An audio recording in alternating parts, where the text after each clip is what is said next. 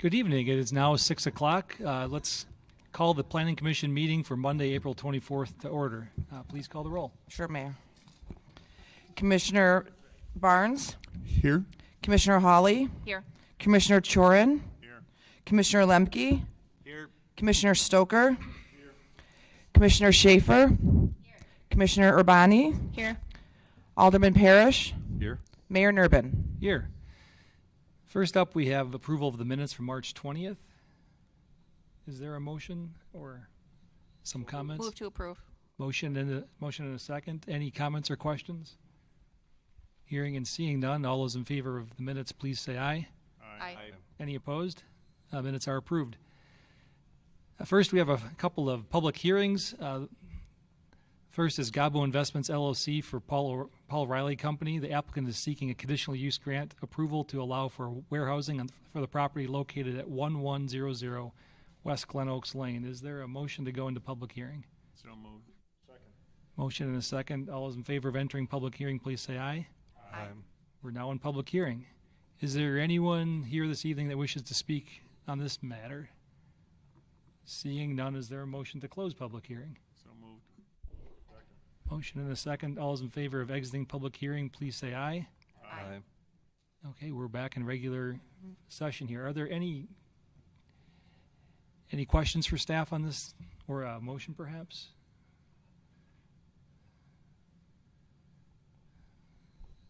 It's the most straightforward staff report ever.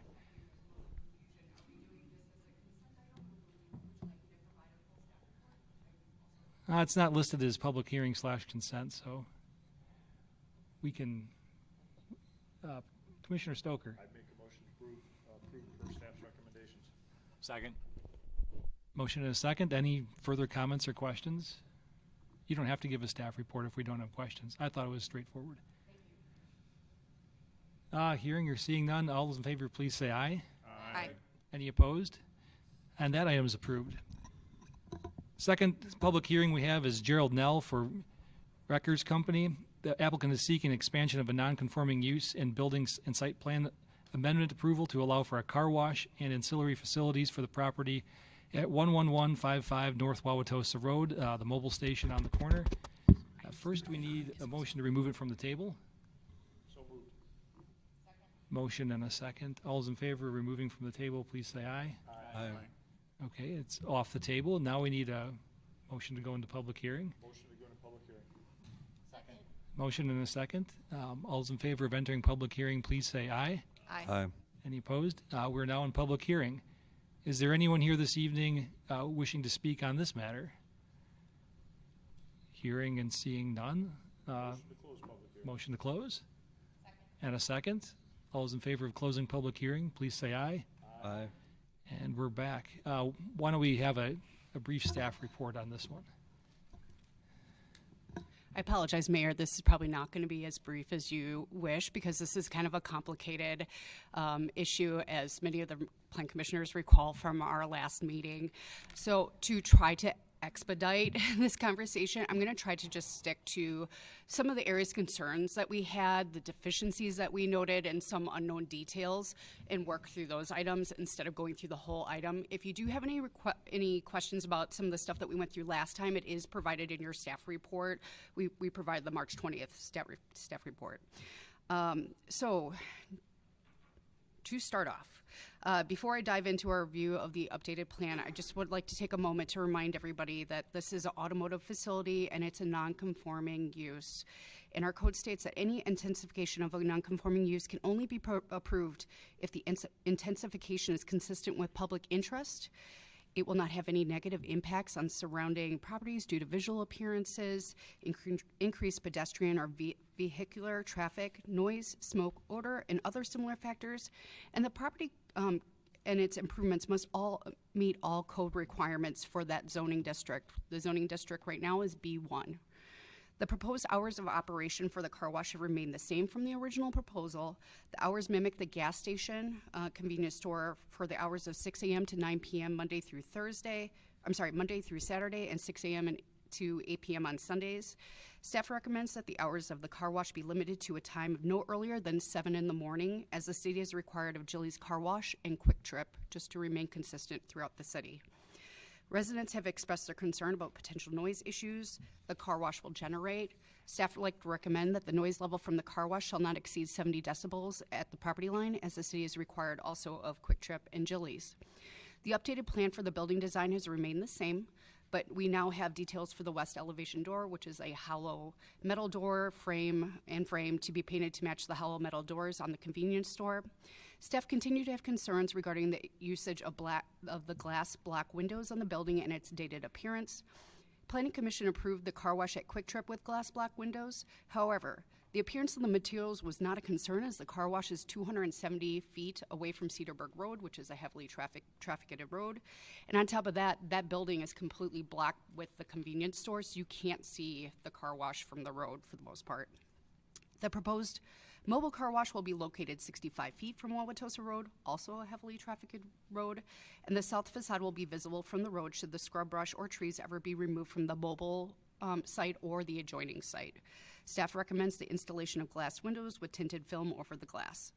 The plan does not indicate the use of rooftop or ground-mounted mechanicals, but should they be needed, must be screened in accordance to the code. Signage is also shown throughout this plan, yet we want to make it clear that this approval that we are hoping to get tonight does not include the signage. The signage would have to go through the typical sign permit process, and should it not meet code, it might have to go through Plan Commission for approval. Onto the site plan. Staff expressed concerns about the previously proposed plan, which showed the queuing lanes would be striped, but it gave the false impression that there was an additional lane that motorists could pass through by. The updated plan addresses this issue by adding additional striping to the space between the lane and the west side of the building. Staff expressed concern over the queuing lane blocking access to the dumpster enclosure. The lane and enclosure placement has remained the same.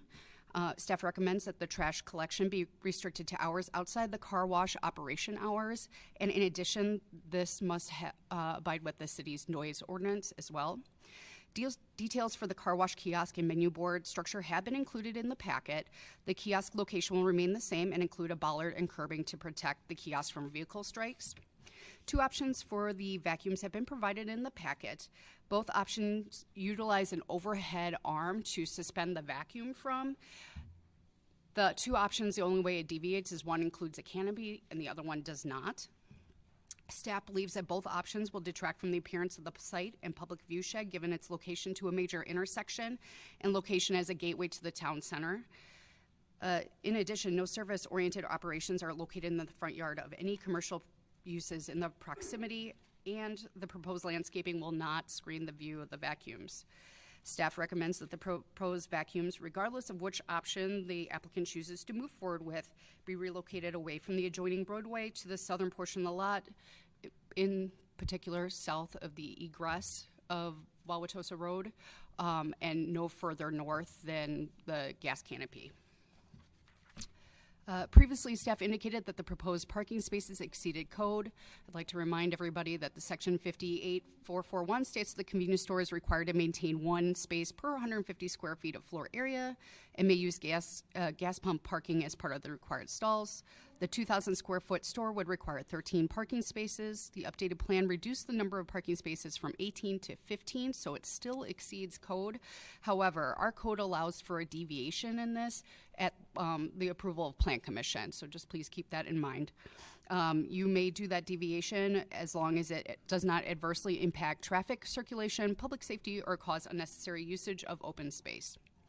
The updated plans continue to show new asphalt to be installed in the car wash queuing and exit lanes and the removal of concrete wheel stoppers.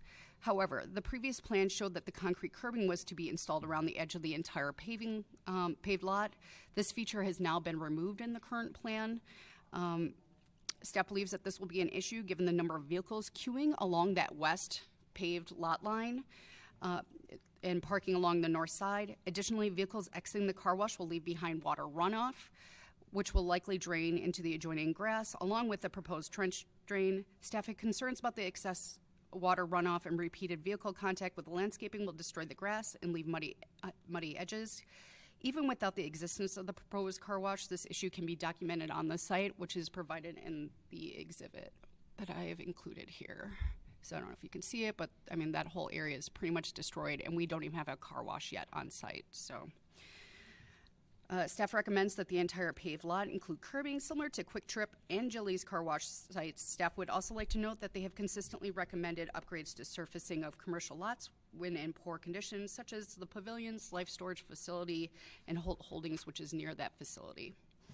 Staff analysis of the parking lot revealed degradation of the pavement in other areas of the parking lot, not proposed for replacement. Staff recommended and continues to recommend that all areas not indicated as new pavement on the pavement analysis map, included in the May 20th report, be replaced as a condition of approval. Updated plans show that the applicant would only like to patch asphalt pavement as needed. Staff recognizes that the recommendation condition was mistakenly omitted in the conditions found in this staff report and would like to request that that condition be added. Moving on to the landscaping. The previous plan did not meet code in terms of street trees, parking lot landscaping, parking lot shading, and the 30% open space requirement. The code requires a street tree to be planted every 30 feet of roadway frontage unless otherwise required by Planning Commission. The proposed plan indicated 5 trees to be planted along Wauwatosa Road and 3 along Mequon Road. The number of street trees on Wauwatosa Road does not meet code. They're just deficient in 1 street tree.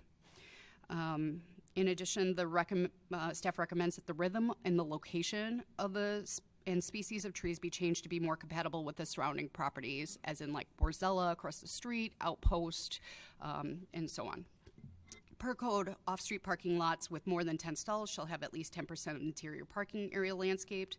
The previous plan completely omitted any kind of interior landscaping. However, the updated plan does, to staff's belief, meets the spirit and intent of that code. They included a new landscaping bed just to the east of the garbage enclosure, and they also included an additional one on the east side of the convenience store. Code requires a minimum of 30% of parking area to be shaded during the summer growth within 10 years of planting. The previous plan lacked parking lot shading. The new plan shows the addition of 4 maple trees, which staff believes also meets the spirit and intent of the code. Per code, the open space ratio for the B1 zoning district is 40%. However, this parcel was constructed under a less restrictive requirement, so it was 30%, which will continue to be maintained. The new plan does meet that intent, so it's 30% is what they're including. So we feel that's satisfactory. Staff continues to have concerns about landscaping proposed along the west side of the property and its compatibility with the landscaping to be installed on the Wisconsin Vet Clinic property. In addition, the plan continues to show the reliance of neighboring properties' landscaping to provide screening and shading, despite some of these trees being removed to provide space for the vet clinic. Scrub brush appears to be shown on the plan along the south and west property lines, yet this would not be considered high-quality landscaping. Staff also knows that the proposed signage for the car wash would conflict with a few plants that are proposed to remain, so that would also have to be updated. Exhibit 1 in your packet provides an example of landscaping proposed to remain, which are overgrown and in poor condition. And just to kind of quickly scroll through this, I don't know if you can see this here, but some of this is pretty raw is probably the nicest way to put it. And a lot of the shrubs are overgrowing their plant bed by quite a lot. That's some scrub brush and some of the stuff that's proposed to remain that doesn't really look like it's in great condition. And that is that edging that they would like to maintain without a curb, but as you can see, it's kind of varied in its setback from the other property line. Staff recommends removal of the scrub brush, extensive grooming of existing landscaping to remain, and update the landscaping plan to create a cleaner and consistent treatment for transition between mobile and the vet clinic. Cole, did you have anything you wanted to add before I wrap this up? Okay, thank you. In conclusion, staff believes that the project's in compliance with Section 5864, which provided those guidelines for allowing intensification of the non-conforming use, but we still have several concerns that we'd like to have addressed. Should the Plan Commission agree with the provided conditions to address these conditions, staff believes the applicant can successfully work with staff to achieve these and resolve the final issues with a revised plan. If they do not meet those requirements within 60 calendar days, we would request that this go back to Plan Commission for final approval. Whew. Sorry, turn my mic off. Any questions from the commissioners, or should we just let the applicant respond? Commissioner Chorn? For staff, can you illustrate where you would suggest those vacuum units be moved? Sure. So here's the proposed site plan. Staff is still kind of spitballing where they think that it might be more appropriate, but I think in general, we're kind of hoping it would be either over here or somehow work it into the site plan back this way where it's hidden from view. And you said they had excess parking compared to what they needed. Correct, just by 3 stalls. Okay. So there's 3 stalls there. There's 3 additional stalls up here, which they added on the north side of the site. Sure, but the 3 next to the building might make a suitable location for the vacuums. Yeah. That would seem to make a little bit more sense when you're exiting the car wash, that you pull right there and vacuum the car out, but we'll see what the applicant has to say. We'll get to ask questions later too, but let's kick it over to the applicant. That was a long list. One question I have is 60 days enough, or do you maybe need a little more time?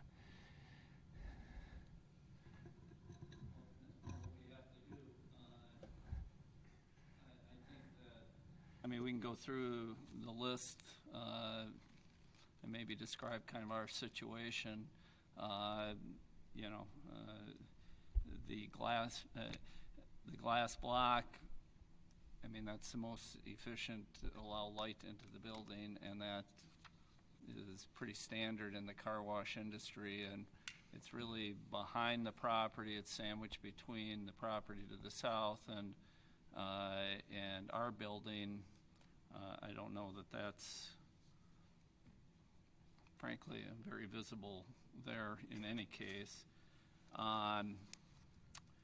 If we can only keep the car wash open when a waste management truck isn't going to be there, I can't predict when waste management is going to be there or not. They come and go as they want, and we'll have to make arrangements. In the car wash industry, you know, it's the old 80-20 rule. 80% of the business is done in 20% of the time.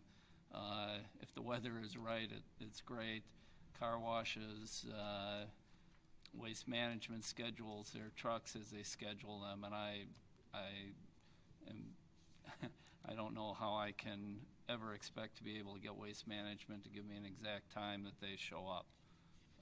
Plus, you have your sound ordinance that I'm guessing 7 o'clock, maybe 8 o'clock. They can't, until 8 o'clock, they can't be on the road anyways.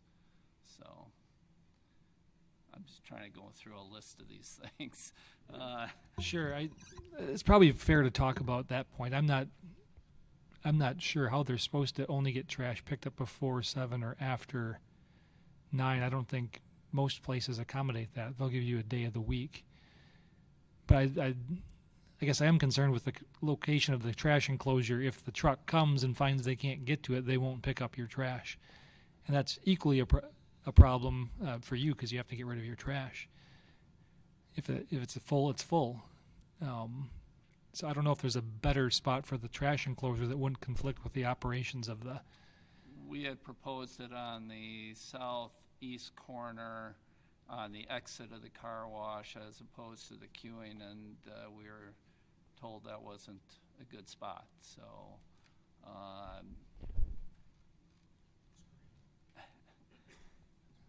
perhaps there's something we could do with screening in that location. I agree, it's probably wouldn't be our first choice, but it's an okay condition to put in a report, but I'm not sure how it actually works in the real world. It may not work in the real world. I think this is one of those situations where we felt like we're already dealing with such a tight space. How do we get all these features in and have it work adequately together? And our concern is if that garbage isn't going to get picked up, it's going to leave a bigger mess at the end of the day. So, I mean, for us, it's a legitimate concern. I think staff is willing to work with them on the garbage location, but we also don't want it to be in public view. I mean, we're already concerned about the vacuums being on the corner. What's the worst of both evils, the large vacuums or garbage enclosure? So there might be some screening opportunities that staff is willing to work with them on, but we just haven't seen a plan that really seems to address all these issues. I think that at a minimum needs to be addressed somehow. It's just not a workable situation. Commissioner Joran. Well, I'd agree. You know, you've got those 3 extra stalls on the east side of the convenience store. Now, that's not an ideal location, but it would be, you know, perfect for pickup, you know, and screen it, and perhaps that's a better location or an opportunity at least to put it there.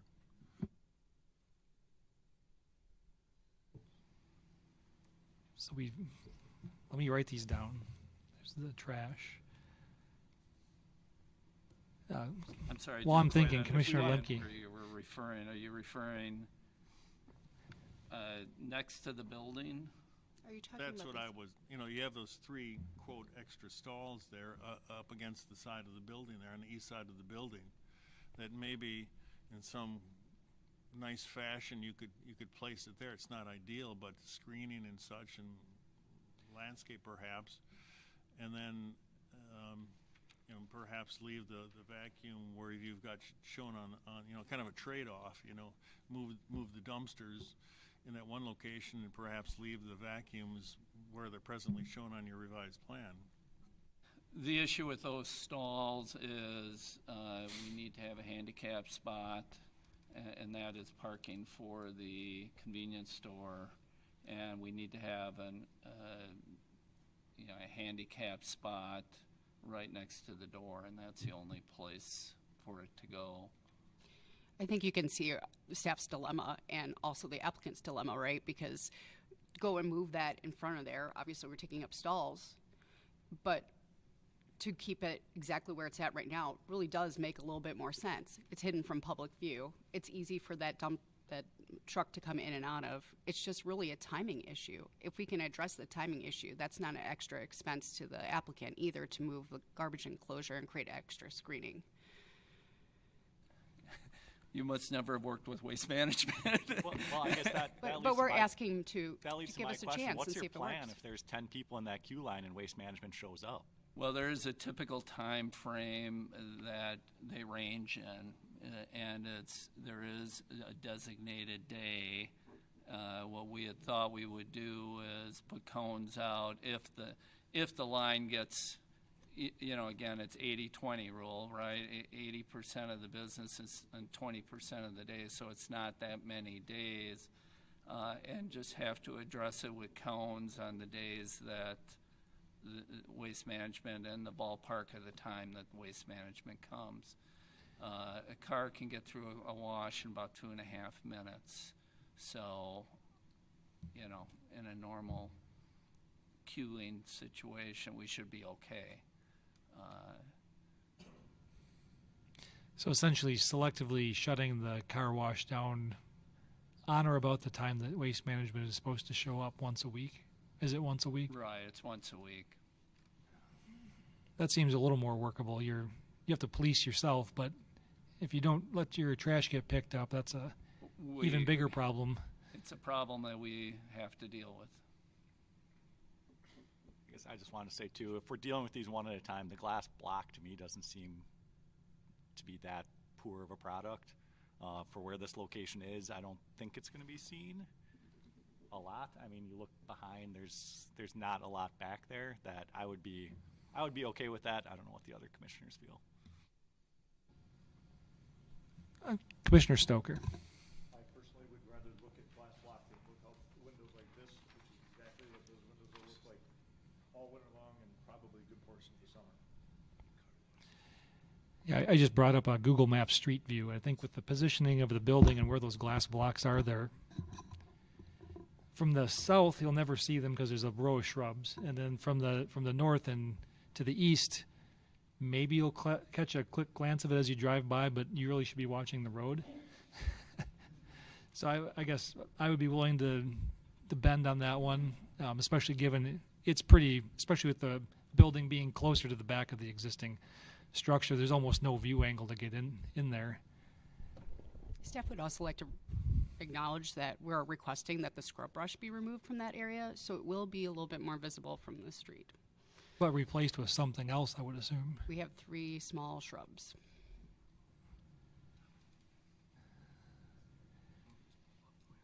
Well, the people looking at it will be in the office building, I think. I have Commissioner a bigger Schaefer, drawing of the landscape plan if people want to see it. It's, is that the same one that's in the packet? yes. So I let's hope so. let's bring that up, and while Commissioner Schaefer gets her question out. No, I like to see. Oh, you sure? Okay. Yeah.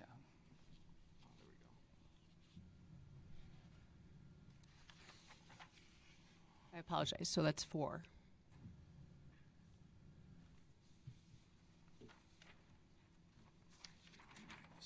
Yeah, I think if you look at the landscape plan, there's no, especially once the trees mature a little bit, that building is almost invisible.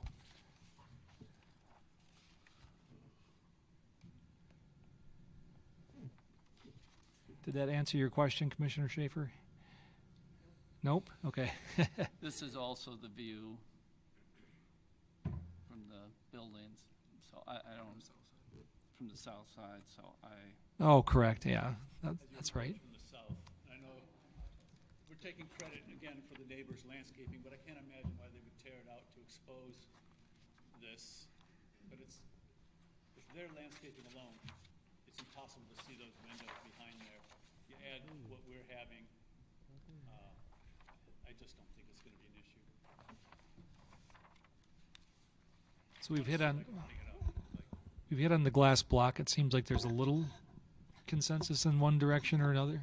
I'm not sure what to do about the trash yet. Is there another issue or two you'd like to discuss? well, the vacs,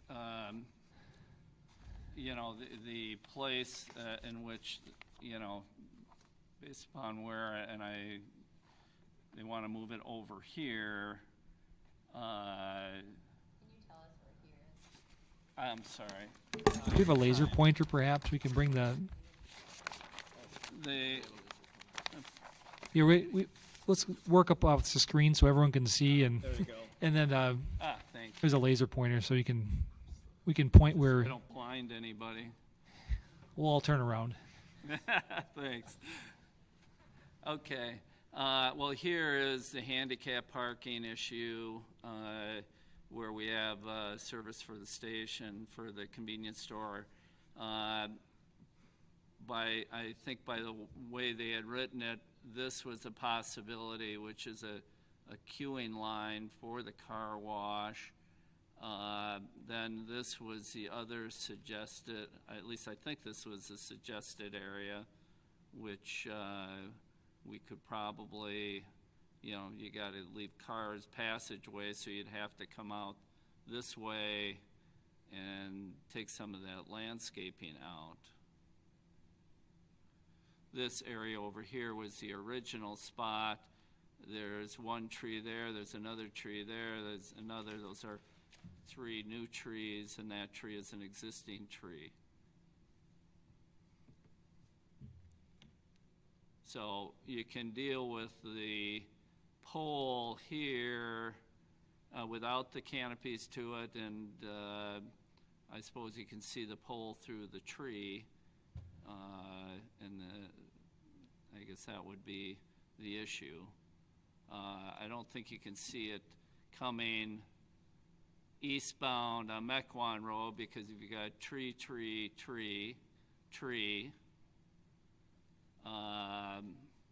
if you're coming, I guess, let me just see here where I am. I lost it.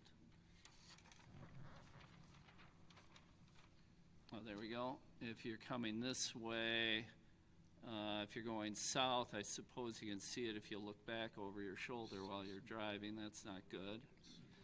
I suppose if you're going northbound, you might be able to see it through this little passageway.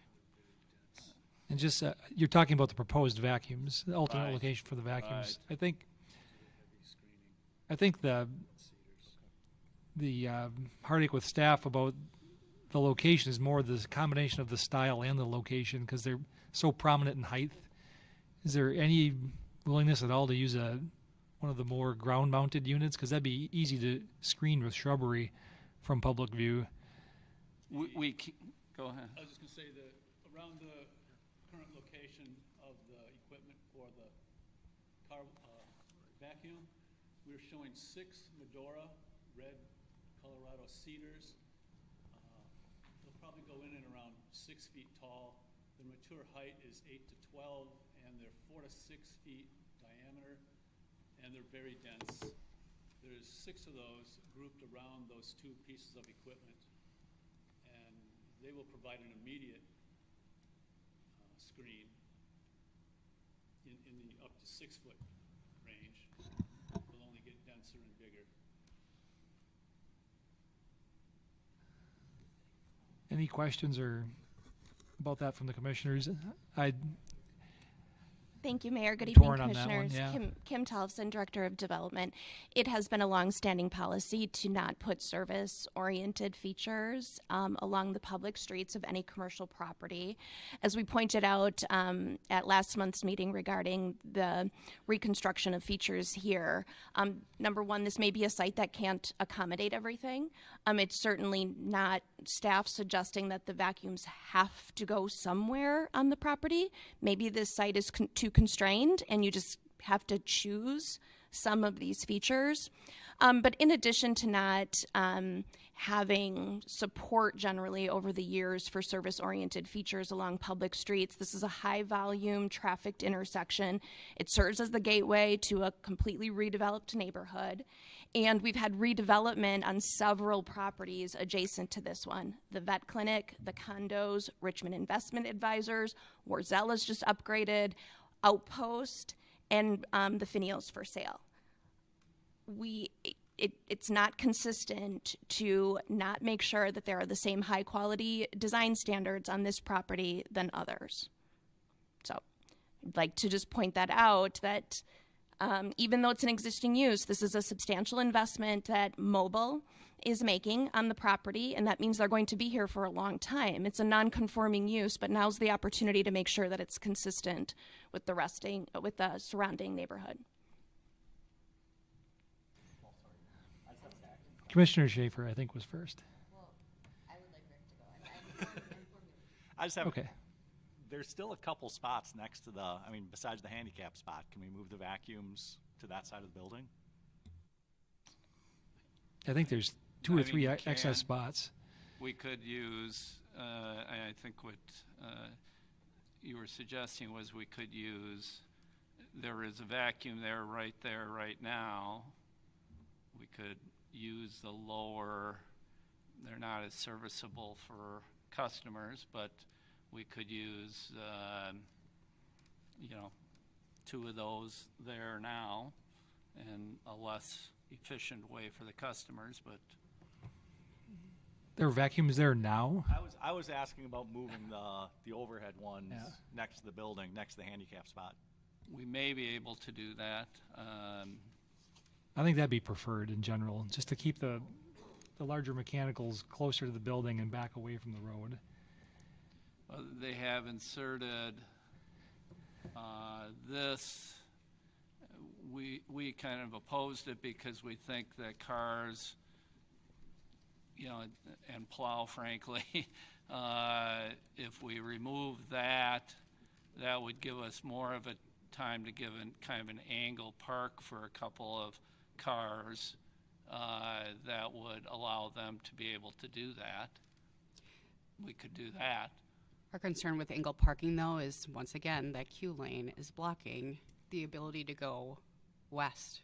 So if you angle it, They they're going to can't have to get their completely car- back out. And if you have it angled to the east, it means they have to go through the queue lane to access it. It would be angled to the south, I think, it would be angled so that it would be like this. So car wash people can come out of the car wash and go in there. With that there right now, that's not possible to do. But if we just put some angle spots in there, I think it would work good. I guess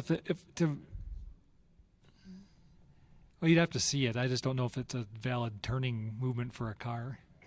But I can sort of envision it, but I think the bigger issue is you'd have to compromise the little tiny bit of landscaping that's there, which I guess if the turning geometries worked, I could forego a little bit of landscaping there to get the And there Get is the vacuums up landscaping there. on that building wall. yeah. There's landscaping there currently. It's a little sliver, and it won't be too visible with the rest of the landscaping from the street. Right.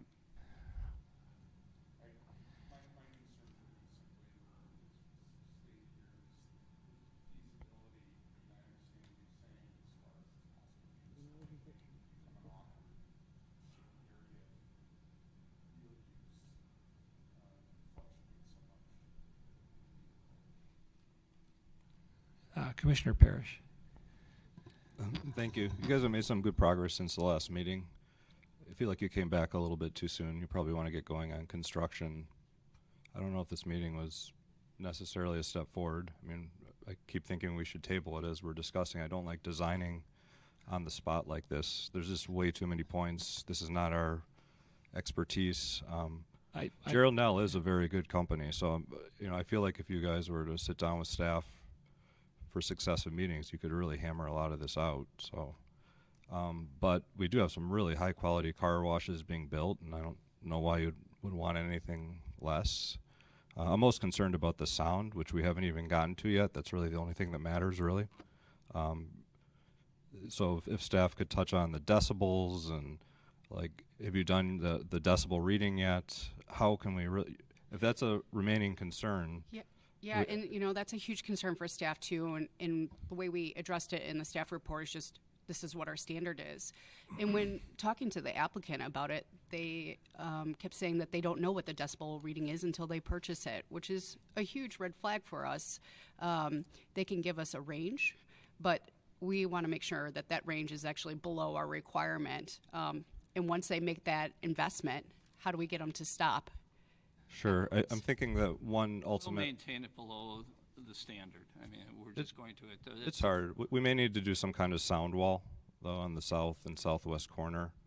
I'm not saying it needs to be part of the upfront approval, but if they do find they can't mitigate the sound and the car washes up, I mean, we need some sort of repercussion. That's similar to what we did at Quick Trip, where we had a trash issue, and then we went and did the big, tall fences afterwards, and I don't think we've heard of any issues. So that's a concern we have too, by the way, is the trash blowing around into the residences, and that's the biggest issue of it not being picked up. So I'll be done for now. Thank you. Yeah, I agree. Maybe back here a little too quick, but I think we were getting some back and forth, and I think the reason they're back here is they've kind of gone as far as they can get with staff. So I think we should hear them out, but I suspect we might end up tabling again, but hopefully we've made more progress. I think let's get all the issues out on the table that you have with the staff conditions. I think the trash and the location of the vacuums are ones we probably need to see a revised plan for, I'm guessing.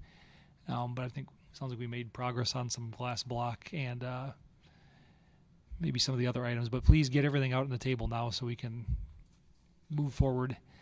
No, as far as the vacuum location next to the building, I made sure that those 3 spaces where the vacuums are right now, they are not a standard 9-foot width. I increased those to 10-foot wide just because people are going to, you may have 2 cars parking next to one another. They're opening doors, they're manipulating hoses. So I made an accommodation. They're 10 feet wide. Those 3 spaces there are next to the building are 9 feet wide. So you got 27 outside of the handicap space, 27 feet to work with. So you could get 2 at 10. 7 is not near enough for the 3rd space. So if they can live with 2 spaces next to the building, but beyond that, it would not work. Perhaps 2 is what it takes to get it there. I don't know how many people use vacuums at car washes. Maybe it's enough. Are there any other staff conditions you'd like to discuss? The curbing issue around the entire property,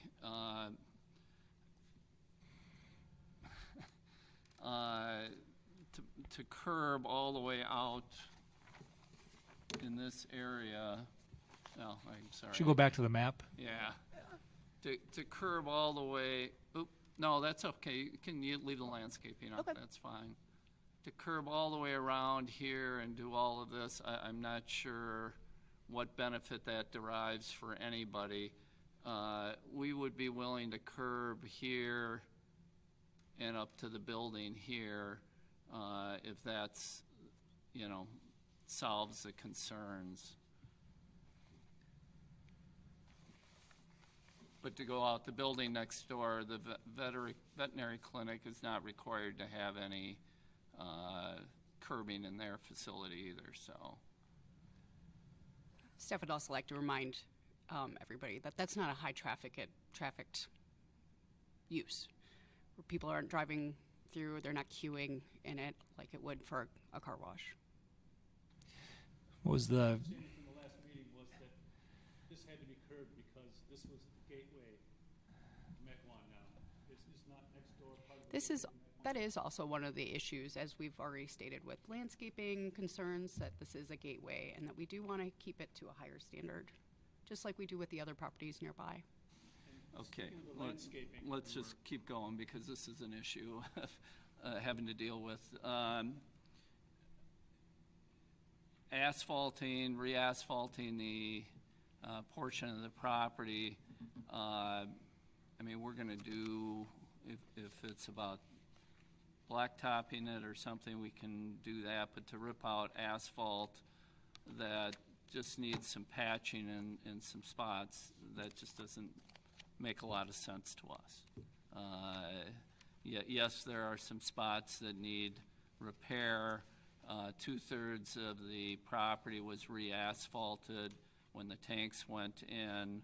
There's only that portion that behind the property that we knew if we were gonna do the car wash that we would have to be doing some work there anyways. So,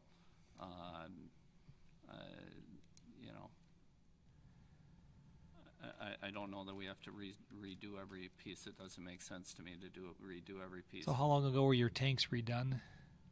They were redone a year and a half ago. So the portion that's been redone already, I would imagine, wouldn't need to be completely replaced? No, there is definitely a new section of asphalt. It's actually basically goes to the edge of the canopy here, maybe just a few feet off of it, and then to the north. All these items through here, and in the March 20th staff report, we do include a pavement analysis. That pavement analysis showed that there were several areas of degradation right through here, here. I believe there's one other location too. Maybe Cole could speak on that behalf because he assisted with that.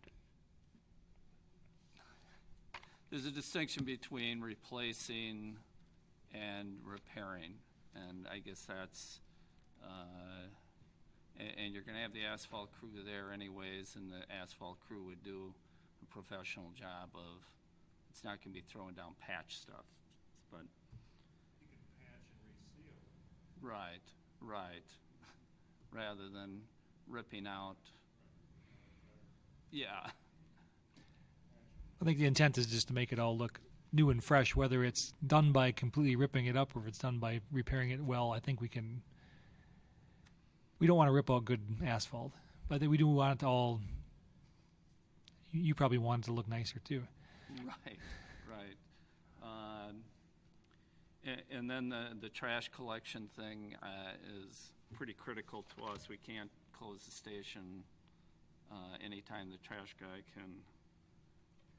We're not asking for the station to be closed. We're asking for the car wash not to be open Or during. I'm sorry, the car wash to be closed.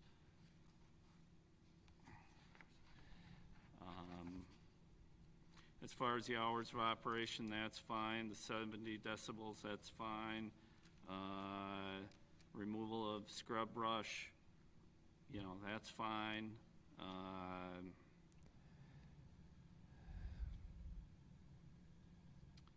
I think this issue of the west property line, the neighbor's landscaping plan pretty much ends here. And then they show on their landscaping plan our bushes. And there's some discussion that they want all these bushes taken down. Those are really beautiful arborvitaes, and I don't know why we would want to take all those arborvitaes out of there.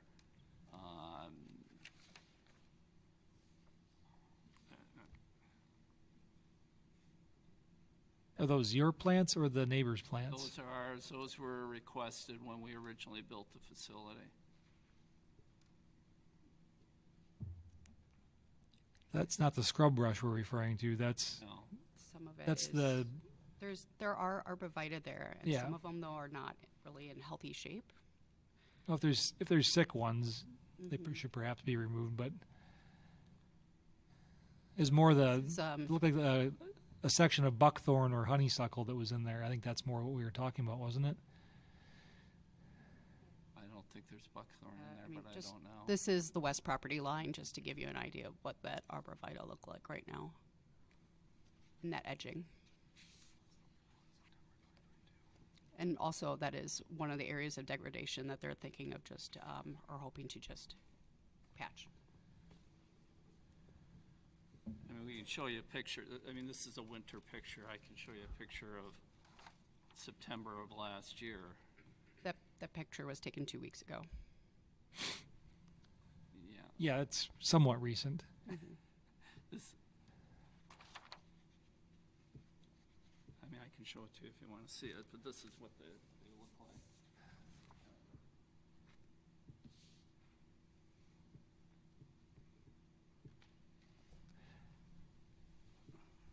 So I'm getting the sense we're a little ways away on a couple items, specifically I think we need to see a revised plan with some way to address, or a plan or a revised operating plan, either a plan for the site or an operating plan to deal with the trash. And I think we still need to address the location of the vacuums.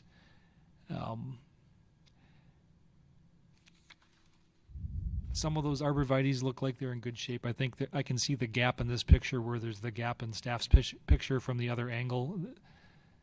The gap is where the adjoining properties, trees are and things, and they're covering the landscaping. Basically, their landscaping comes to where our arborvitaes start in the veterinary clinic's property. I think it's important to ensure there's a consistent buffer, regardless of how we get it.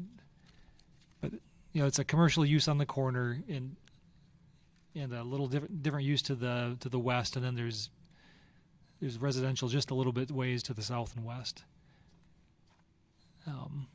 Commissioner Chorn. I'm sitting here trying to think if we could formulate in some fashion some agreement, but I'm struggling. I think we've come to some consensus that perhaps the glass block could be acceptable. We still are wrestling with the vacuum. I think we've come to a point where maybe repairing asphalt and resealing might be acceptable. I'm wondering about the staff's reaction to the offer of the limited curbing. But beyond that, it's kind of tough to put together anything to vote on. But I'd like to know well, I'm sure they'd like to know the staff's reaction to their proposal for the limited curbing. I think staff would entertain the idea of the curbing completely around the west part of the parking lot, given that during the spring, everybody comes to get their car washed. And so we do suspect that there's going to be some significant amount of queuing along that line. And it would definitely require the curbing along the south near the exit and then out. So along the west and south sides. Yeah, my concern Where is the just queuing and the water is unevenness going to be, of that yeah. appearance. Drainage. And east, yes, thank you. Kim. Yeah, so it gives the applicant some sense of what's acceptable. Okay. Right, right. Commissioner Barnes.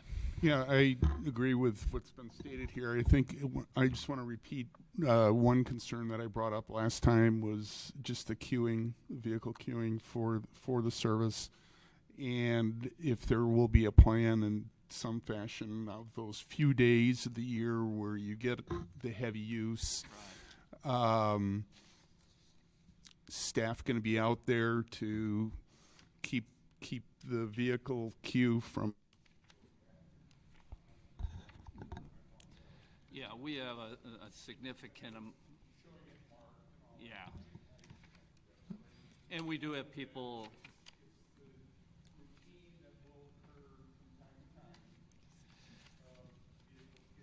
Close to the.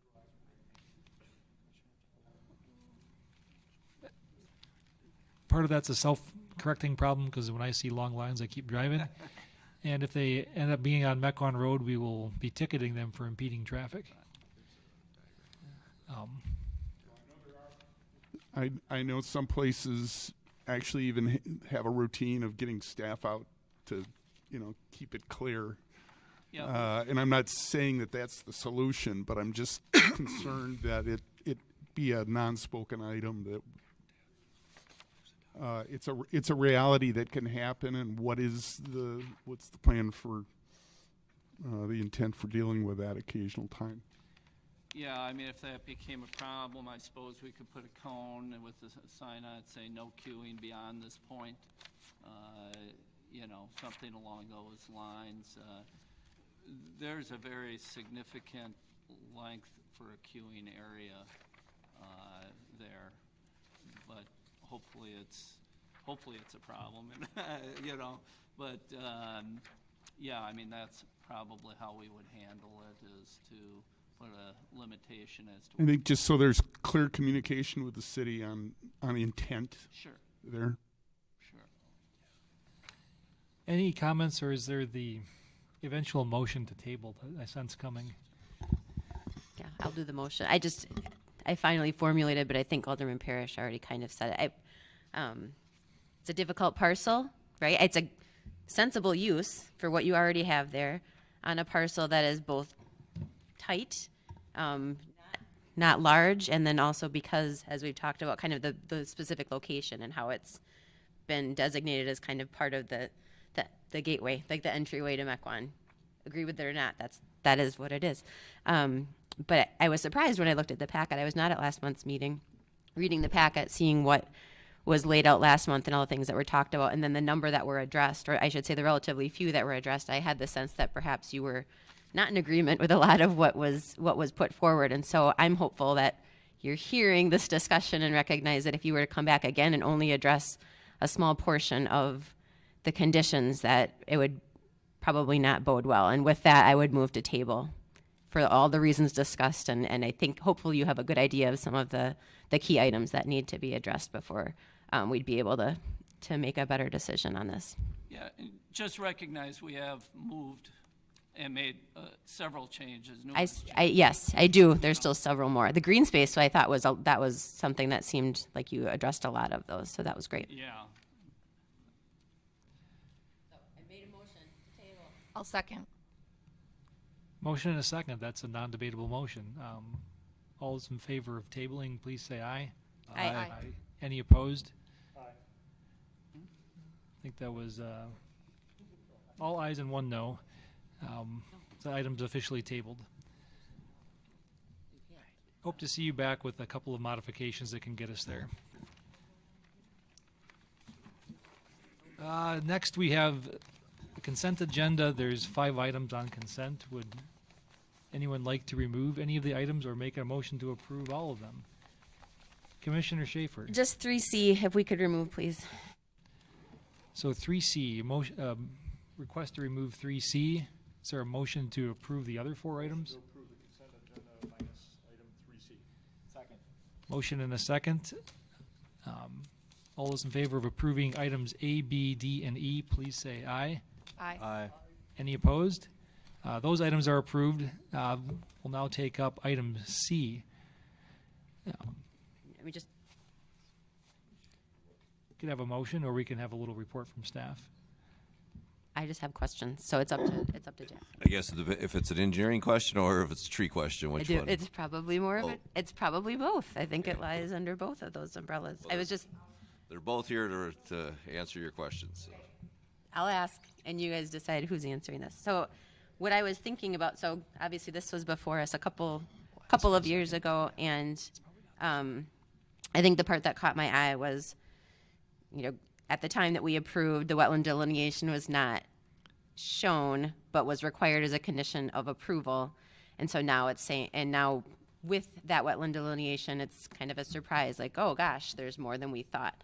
So I was trying to remember back if there's been other situations like that, or why in this case, what's unique about this? Because we wouldn't want that to keep happening, right? Where we have surprises, both for the landowner as well as for us, where things come back, where we thought there was a build, we thought things were sort of set, and then have to come back and make some concessions. I know there's like the Grace Avenue. I think that's coming up. I don't think there's a similar situation there. So just trying to understand, if you can remind me why that happened, that we didn't have that information, and kind of what changed here. Well, Cole wasn't here when this was approved, so I'll try to help him out as best I can. When this CSM was approved, actually they had a wetland setback on this lot, but it was not what was finally approved. I think there was a 10-foot wetland setback, and I think our former assistant engineer, Bridget Hank, determined that she felt it should have been a larger setback.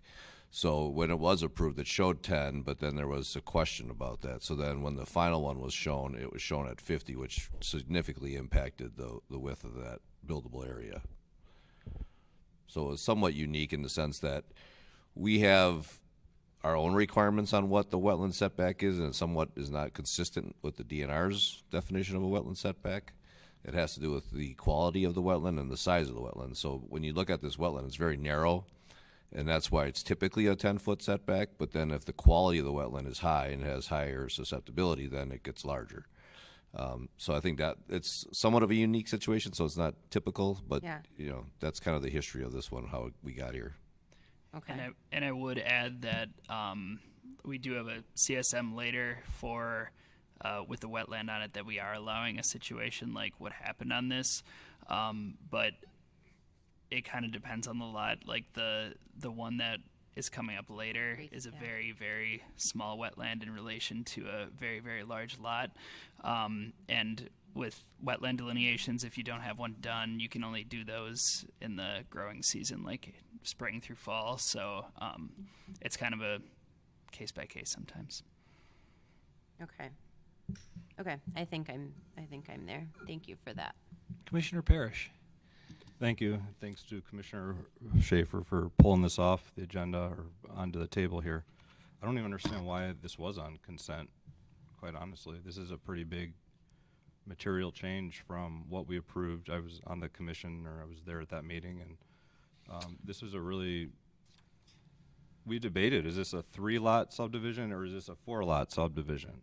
And the developer said over and over again to the concern of all the neighbors how sensitive this area is. And so to act like this is a surprise now, it's a little frustrating. It's a little after the fact. Ultimately, if you look at the site plan, the only thing that's within the setback, I believe, is the driveway is what's butting out of it, which is why ultimately I'd vote for it. But I just wanted to vent for a moment about this particular, if we're going to go chop up big sensitive areas and make assumptions, maybe we should have had that wetland done. Maybe that should be a policy issue. I don't know. But obviously we can't take it back now. I mean, this guy's looking to develop the final lot. It's the ship has sailed. So I guess learning moment, but on behalf of all the neighbors there, this is exactly what they were trying to say.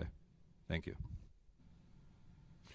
Well, I guess I wouldn't say the ship has sailed. If you don't feel that it's warranted to deviate from that setback, you can deny the waiver, and they could build a house that could fit within that footprint. I mean, there is an area to fit it. It may be difficult, but it is possible. It's just such a unique lot. I mean, you look at it, and it's just so there's a huge wetland swath of trees and wetlands running down the middle of it. I just don't know how we ever thought it was doable, and I don't want to necessarily tell this poor guy he's got to cut his house in half. because of what happened 2 years ago. So I'll hear what the rest of the commission says. Again, I just wanted to vent over what has occurred and why it probably shouldn't have been on consent either. So we could have at least talked about it like we are.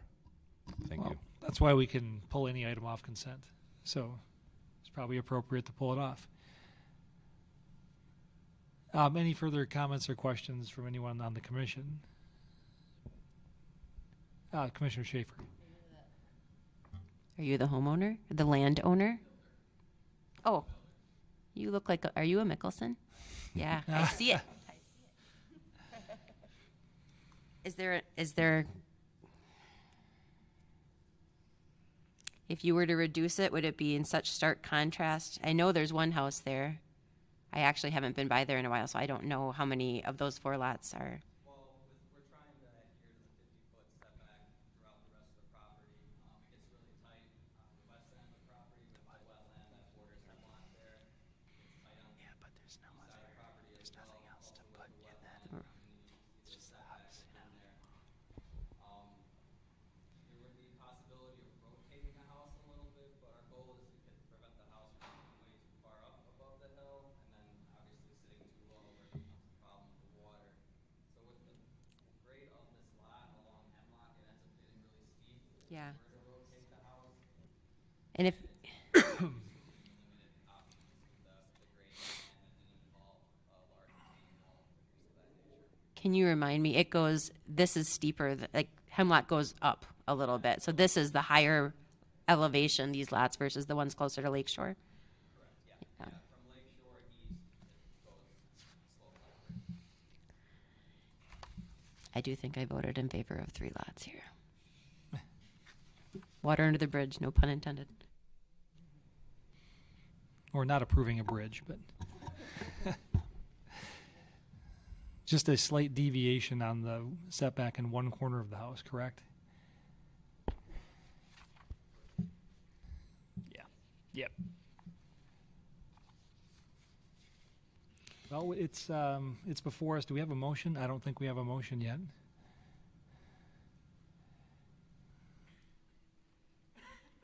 It's always appropriate to make a motion.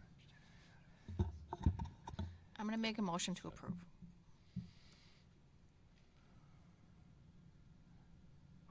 We have a motion. Is there a second? Second. Okay, we have a motion and a second. Any further comments or questions? Hearing none, let's call the roll on this item.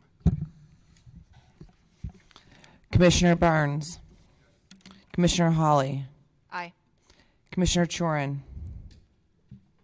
Aye. Commissioner Schaefer. Aye. Commissioner Stoker. Commissioner Lemke. Aye. Alderman Parrish. Aye. Mayor Nurbin. Aye. Vote passes. All right. Congratulations. Thanks for putting it off the consent and having the discussion. You're the next couple up? Okay. Well, don't move then. No, wait, that's Let me No, just get sure, back consent. here. We are through the consent agenda. you're done. So you're clear. Yeah. Next up, we have our regular business. First item A, Hannah Boyd. The applicant is seeking a certified survey map approval to allow for a 2-lot land division for the property located at 3800 West Grace Avenue. And I'm going to recuse myself of this item and hand it over to the capable hands of Commissioner Parrish. Thank you, Mayor. Mayor did the introduction. I don't believe anyone is registered to speak on this item, but we'll start off with a staff You do report. have a letter in front of you from one of the, I think it's the secretary of the River Ridge subdivision. I apologize, it's rather lengthy, but I didn't receive it till about 5 o'clock this afternoon, so we try to put it up there. I will try to address some of it. I didn't fully vet it out, and some of these things I think are irrelevant to what's in front of you today. Maybe present the topic and then just paraphrase what River Ridge was. So this is for a 2-lot land division. This property is zoned R3 1 acre, so you see the land division in front of you here. So it's 2 lots. The squiggly line basically is needed because of the existing home on the 1 lot, as well as trying to meet the average width of the 150 feet. which it does. There is also floodplain on this property. You can see it shown on here, as well as an environmental corridor, which basically runs along the river. There's also a number of specimen trees on the property. Our city forester was out there, met with the owner a few times. They've figured out a location to put the home where it would not impact any specimen trees, so we're happy with that. The issue with the neighboring subdivision, as you can see, this is somewhat of a unique situation where, as you can see right where I'm pointing, there's an outlot of that subdivision which provides access to this property. So the letter is referencing is concerning the access as well as the utility use of that easement. Our city attorney did look at the easement. He feels like she has the right to use that easement for utilities as well as access, so I'm not really sure what the issue is there. The letter also refers to a rezoning, this is not a rezoning request. This is just a land division request. Then there's a number of other issues that are in here that I don't think are necessarily applicable to this board. There was a discussion about a previous permit that was denied. Again, really not relevant to this process, but what happened was the applicant actually was going to move a cabin to this facility and wanted to keep it on her property. As you can see, there's 3 existing accessory buildings, so she wouldn't be allowed another one. So she was attempting to go through the Board of Appeals process. At that point where she changed her mind and decided that this now would become the main structure of the new lot, which is allowable as long as it meets the minimum 1,800 square foot requirement. So this cabin will be converted into the new home for this lot 1, basically. There is one condition I believe the applicant is requesting to modify, and that's the width of the driveway. And I'll let her speak to that, and I do have some pictures that she sent to me that we will show as she's going through her presentation. But with that, staff does recommend approval of the CSM according to the conditions of the report. Thank you. Thanks. And again, the concern from Riveridge, is it just increased traffic on outlet on the road? Thus Doesn't really they say need to much replace about that. It just sooner? talks about they didn't have a chance for their legal attorney to look at the easement rights, and they can still do that. I mean, if they find that there's an issue that comes up that they feel they have legal standing on, they can always appeal the CSM approval and take that to Board of Appeals. But there's really, we've had our city attorney vet the easement, and he feels it's compliant because she's not adding land adjacent to her and saying, I'm going to now add 4 lots to it. This is just her parcel that was already there and it was split in 2. So I'm not sure what other of that letter is really applicable to this body's approval. She does ask about limits of floodplain wetlands, so we are restricting it to be out of the floodplain. We're restricting it so there wouldn't be in the environmental corridor, and we're restricting it so that they don't remove any specimen trees. So we are doing, I think, a little bit more of our due diligence on this one because it is a sensitive property along the river. So again, with that, we are supportive of the proposal. All right, let's take it to the applicant if you have anything else to add.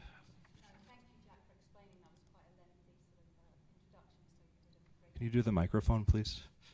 It should be on. There's a So you button. pull it closer. Thank you. If it's green, you can just leave it. Yes, perfect.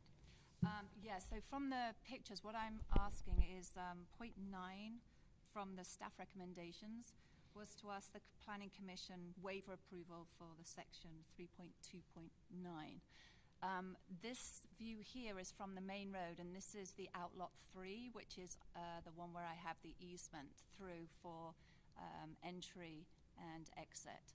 It's fairly narrow, and to the left there's some arborvitaes which belong to the neighboring property, which both of our properties we want to keep that one for screening for their property, and it gives me a nice sort of discreet entry to my property, which is set back from the to either side. So it was asking if we could not have to do the huge expansion. It's about probably 120 foot, the outlot 3, and then my part is another maybe 100 foot. So there's quite a lot of driveway involved. So it was really, could I use aggregate to expand? And I've got areas where if there was 2 cars coming down, that we could do it. So there was an area for them to allow for the 2 houses. But I will remain the owner of both properties, and so it's not going to be sold off. I will retain and have both houses. Thank you. Let's bring it up to the Plan Commission for questions and comments.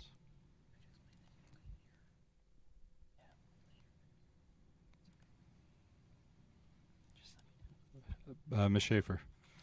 My question was going to be about the buildable area, because I feel like oftentimes we'll have a parcel come through and there will be multiple, parts that aren't buildable and specimen trees and et cetera. And then the argument is always, well, the buildable area is sufficient, but it's sufficient for a small house.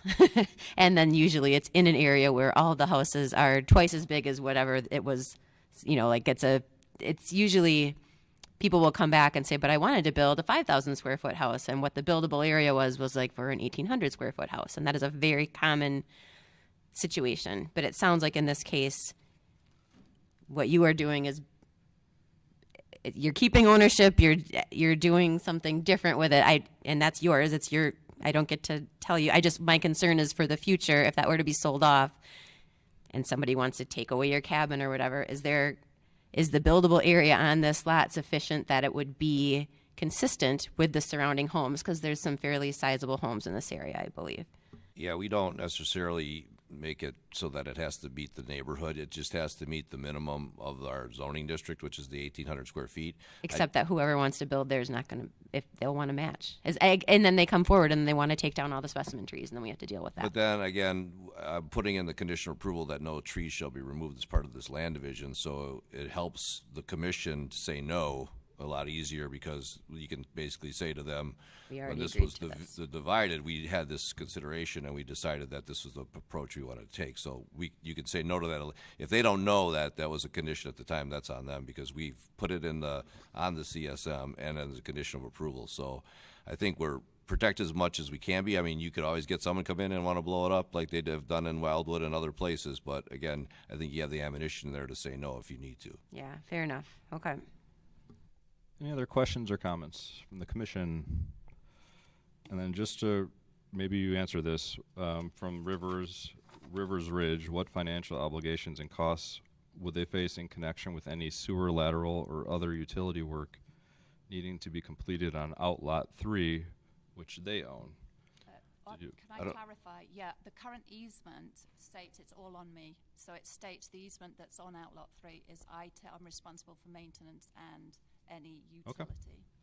And You answered it. The Thank you. current sewer and water lines that are down there are able to be teed in and accessed to, so I don't have to do anything with that Outlot 3. Great.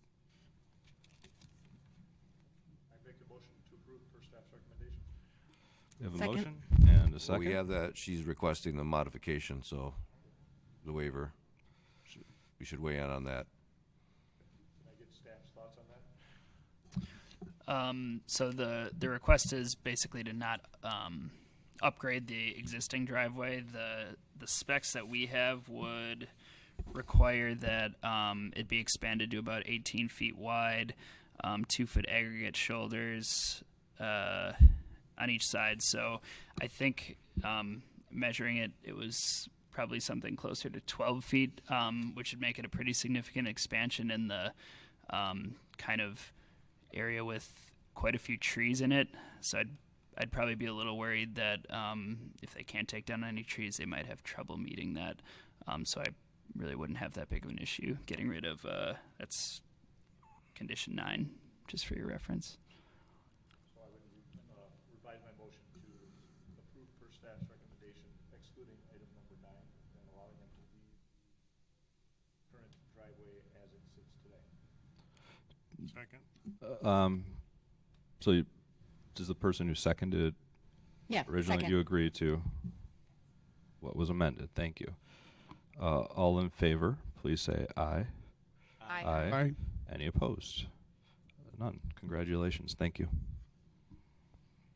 We will hang out while the mayor makes his graceful return to the stage. Next up will be Christ Alone Church, if they want to gear up for what's coming.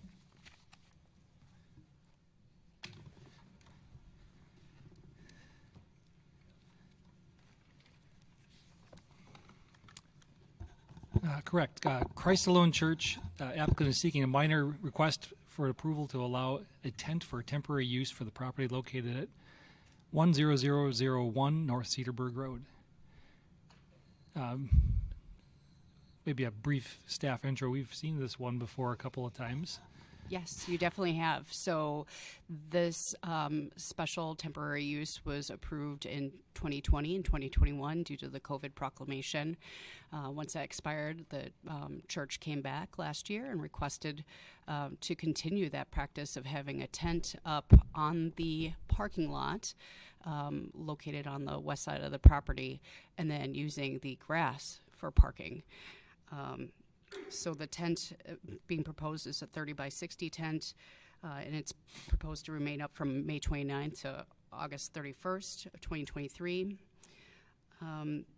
The green space that they'd like to use for parking is located near the corner of Elmdale Road and Cedarburg Road for additional parking spaces for just 10 of the events that they had proposed for this summer.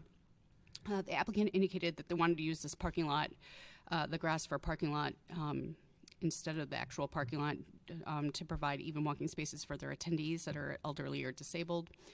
The applicant is really hoping that we'll give them the same conditions of approval that we provided last year. Staff does still have concerns about this. However, this is the fourth year seeing this request, and this request really can't be considered temporary anymore. This seems to be becoming more of a permanent situation. We have been working with the applicant, and they've indicated that they are excited to start working on some plans for next year to create an outdoor pavilion and expand the parking. So we are hoping that they will continue to explore that and move forward with it in the future. Staff has previously expressed concerns about using parking spaces for the tent space and grass for parking. The applicant stated that this was done for the safety of the attendees, but noticed that the pavement in the tent location is actually in really poor condition. I provided the exhibit in your packet. In addition, the code requires the parking areas to be surfaced, graded for appropriate drainage, and kept free of pollutants. The code also states that parking areas must be arranged and marked to provide orderly and storage of vehicles. Over time, parking on the grass can compact soils, resulting in the open space to be considered impervious from a regulatory stormwater management standpoint. There are other potential options for overflow parking nearby. You've heard this last year too. Parking at River Barn Park may be available for rent. The cemetery across the street, which is owned by the church, is available. We can also work with the City of Mequon Police to see if we can do some on-street parking for them for these special events. According to the applicant, these special events are actually only going to occur one time a month. And then on top of that, there is one church picnic that would also require overflow parking, so 4 times over the summer. Staff identified 2 errors in the conditions, and we apologize for this. We are having a little technology issues. A condition should be added noting that the recommended approval will only be valid for the requested timeframe of May 29th through August 31st, 2023. In addition, condition 5 should be striked, as it would be incredibly difficult for the applicant to erect and remove the tent for each event. That was supposed to be removed in a previous iteration, but somehow made its way still on. So, thank you. Any questions from the commissioners? Mr. Stoker. Yeah. Item number 5 is being stricken or no other changes. Could you say there was something else? Sure. We'd like to make sure that we're clarifying that this recommended approval is just for the dates of May 29th through August 31st, 2023, and it wouldn't continue on until 2024. Any further comments, or is there a motion? I'm assuming they're okay with everything if those 2 comments are taken into consideration. Well, we have a couple of concerns. Now that you've taken item 5 out, that was an issue of ours, obviously. We have no issues with items 3, 4, 6, and 7. I know we've discussed overflow parking last year as well, and it was agreed that we would rotate throughout that lot, and we're proposing to do the same thing again this year. These events mainly happen on Sundays, so we would be, I think we gave 10 events last year. I think we utilized 8. And then we had overflow parking on just a few of those, so it wasn't 8 events that we had overflow parking. The other piece that as far as the recommendation goes here as well is it is recommended that the tent be moved to the grass, which was mentioned earlier that we do have elderly members that the grass becomes a little difficult for them with wheelchairs, with walkers, with handicapped people to come across a rough surface where the pavement is a lot easier for them to park at the back end of the parking lot and then join the activities that are taking place. The other thing is if the tent were put on the grass, no sunlight and no rain would reach that part of the lawn for the entire summer. And with people walking on it, that will turn into dirt, which then we'll have to reseed our own lawn and I think cause more damage than rotating the parking throughout that whole space over the summer. And I guess that was it. Those were the only. The other piece I did want to mention that we had discussed. This is the last time we're going to be requesting this type of a tent. We have engaged Growth Design company who is working with us, and that is the design, at least the proposal right now. It's in its infancy stage where we're looking at putting up a permanent structure. And we would consider additional parking along with that. And so we're working through those details at this point. Our goal is that next summer we will have a permanent structure on that location. Thank you. So you want to basically put the tent where you had it last year? Correct. That could always be worked into a motion. Any further comments or questions from the commissioners? Did I see a question from Commissioner Schaefer? I think they also might have been hoping for the overflow parking, like the part. However, the condition was written last year, which I can read because it is in here as far as the overflow parking. Is that? Yeah, the overflow parking. You mentioned the parking as something that. Yeah, we're looking to have the same conditions we did last year, where the overflow parking as needed. We would park on the lawn with in the intersection of Elmdale and Cedarbrook Road. I'm sorry? That it was just for those few events, probably Exactly. 8 or so. Exactly. Do you have the text in front of you by chance?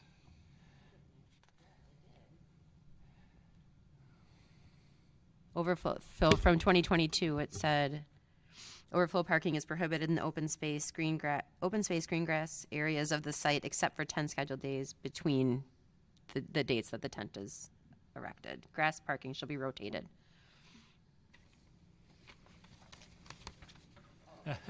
I was going to ask that, yeah. I'll make the motion to approve per staff's recommendations, excluding item number 5, and changing number 1 to read as the 2022 approval read, as well as, I guess I would affect item number 2 as well.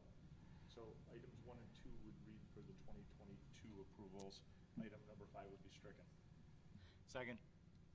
With the modifications to the dates. That actually sounds maybe silly inaccurate, because he's also asking for what was in the original approval as number 2. The dates of the scheduled events will be submitted to staff 7 days prior to the event. He wanted that to stay the same.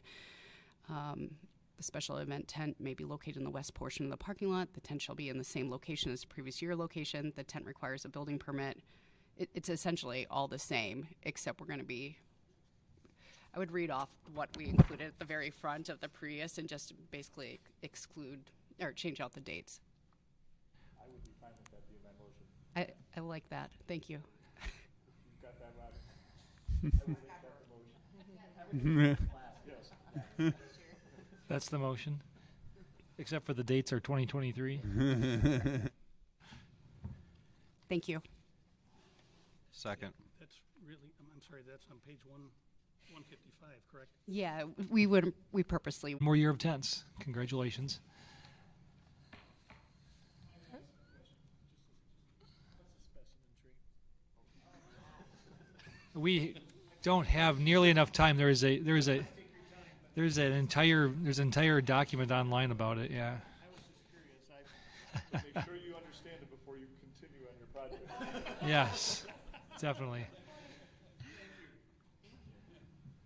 Next up, we have CS Mechanical for MPP Group. The applicant is seeking a minor request to allow for a fence to screen mechanical equipment at the property located at 12250 North Corporate Parkway.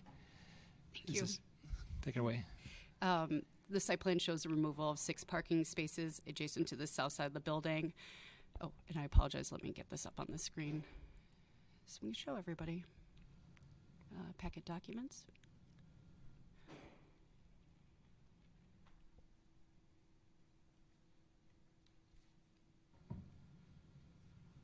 We could probably start right there. Okay. The site plan shows the removal of 6 parking spaces adjacent to the south side of the building. A 21-foot by 49-foot fenced area to screen ground-mounted mechanicals has been proposed in this area.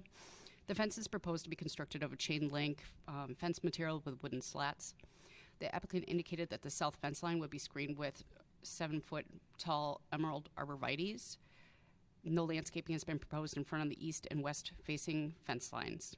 I would like to note that when you're going through what was submitted, there's some contradictions throughout the plan, but staff wasn't too concerned because we figured our conditions are actually going to address that. Some of the contradictions include the length of fence and also the number of arborvitae.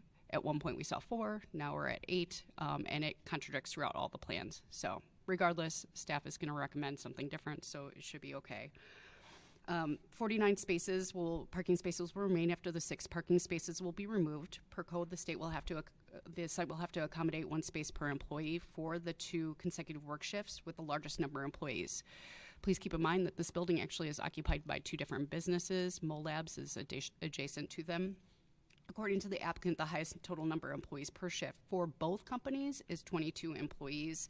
Therefore, the remaining amount of parking should be adequate for their needs.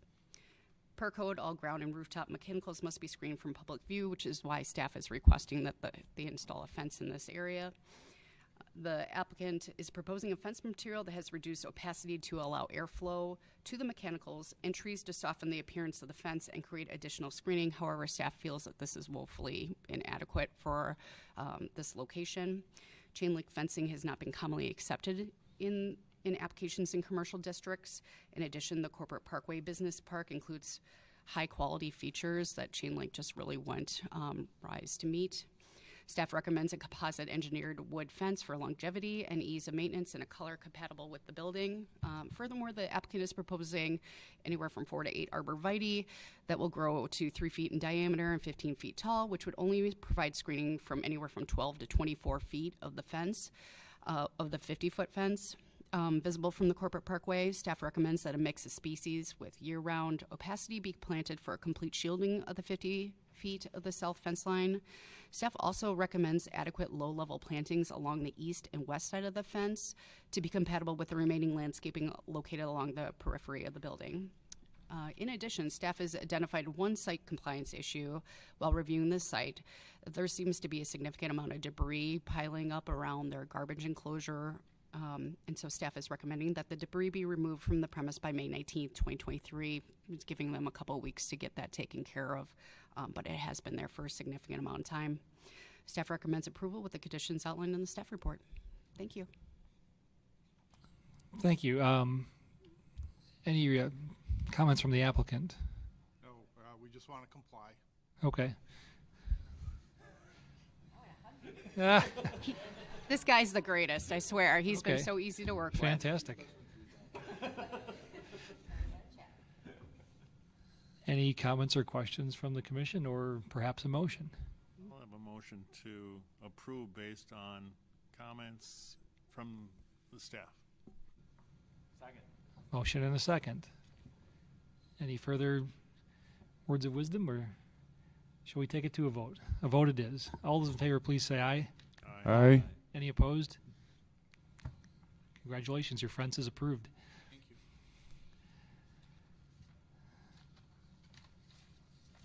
you. Next item,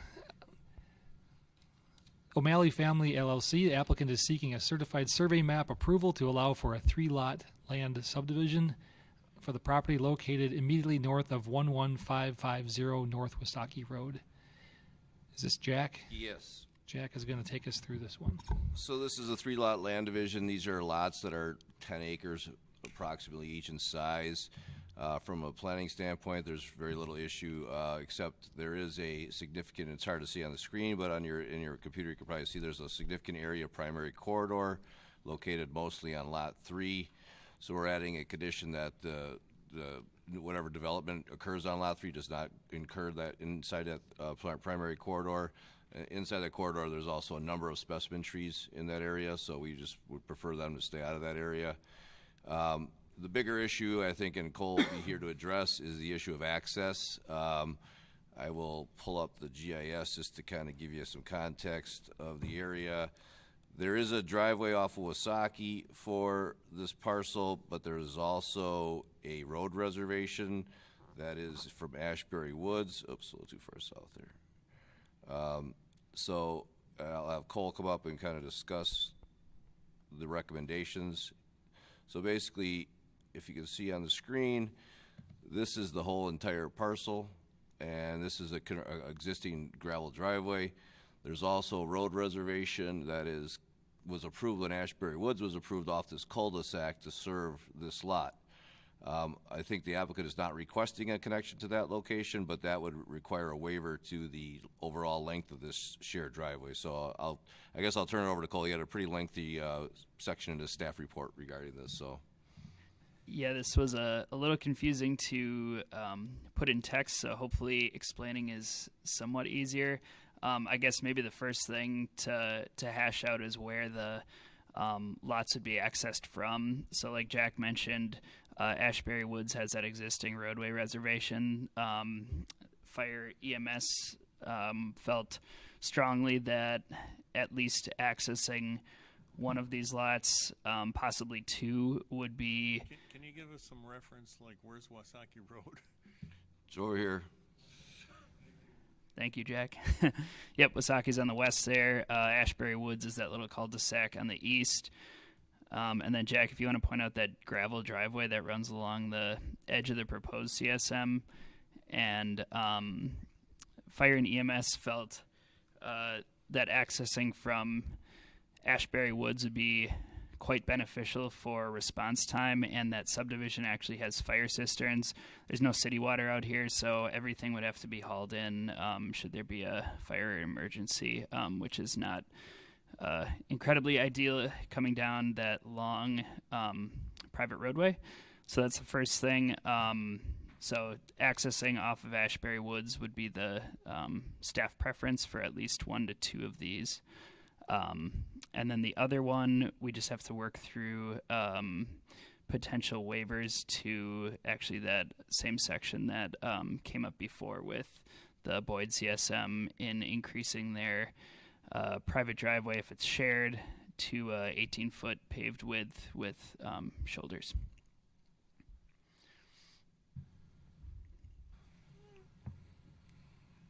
Any questions from the commissioners? It's a choose your own adventure item. Fortunately. Or does the applicant wish to add to any of the conversation? Sure. So my hope is to just build a house on what would be lot 2 of the 3 lots. There is no plan to do anything with lot 1 or lot 3 other than grow additional nursery stock for our business that is adjacent to these lots on the west side of Mequon there. And yeah, just beyond that, I know that there's that easement to Ashbury Woods that's been there for a long time, you know, since this 30-acre lot was created. But in terms of future planning potential, I really don't plan to do much. I want to keep it as serene out there as I can. Just want to build a family house on lot 2. Commissioner Lemke. Would you be opposed to lot 1 accessing through Ashbury Woods if that was part of our approval? No, not at all. I'm not really opposed to, you know, whatever would be recommended, or, you know, if the what is the new fire department, or the Southern Ozaki, if that's what they suggest, I mean, I wouldn't be opposed to better access in case something were to happen to, you know, my house, in terms of having, you know, the emergency crews get. So would you, do you have a preference for your lot though, the one you're planning on building on? Would you like to use that driveway, or would you mind coming through Ashbury Woods? I guess I would prefer, if I had a preference, just to use the lot that, the shared driveway out to Wasaki Road, just because we already kind of have the road built. It's kind of there and it's existing, and we maintain it for the business. But you know, if there's a strong position to have it access through lot 1, that is acceptable to me. Or perhaps a deed restriction if lot 1 was ever developed, that it shall be accessed through the cul-de-sac on Ashbury Woods. You can just put an access restriction right on the CSM for lot 1. Okay. Pretty straightforward. Perfect. That sounds like a seeds of a potential future motion. Commissioner Barnes. Yeah, I'd prefer to see just what's been stated as far as shifting the access over to the other approach. One of the concerns that I have is just when you have the heavy Christmas tree business, it's very, very busy there. We love to go there, and it's so busy that even one house I would have a concern, and the gradient of that driveway is rather steep going up to Wasaki Road. So it's, I don't know if we want to put anything further into it, but it is, I think there are a lot of good reasons to be having access from the east. Any other comments from the rest of the commission? Commissioner Stoker. So for clarification, does the driveway need to be widened if he accesses through the existing onto lot 2? I understand if it goes all the way to 3, you have to widen it. So for the applicant, I'm assuming you plan to use that existing driveway, that gravel driveway that's currently there, correct? Yeah. So as it's written right now, since it's shared, that driveway, the shared portion would have to be upgraded to what it states in here. So whether the applicant's okay with that or not, it's up to him. I mean, I just want to make sure the applicant's aware that is part of the approval that we're probably going to make here. Yeah, yes, I would. I don't know what, you know, I've read into, you know, what the approvals the conditions. I haven't really looked into the cost associated with what that would mean. Obviously, that could be a little bit of a concern. But again, I'm just kind of here and seeing what direction I could get. Yeah. To put it into asphalt or concrete, obviously. Yeah, I mean, that would obviously cost a substantial amount of money. So is it this just? I'm assuming it's the same 18 feet with 2 and 2. correct. Yep.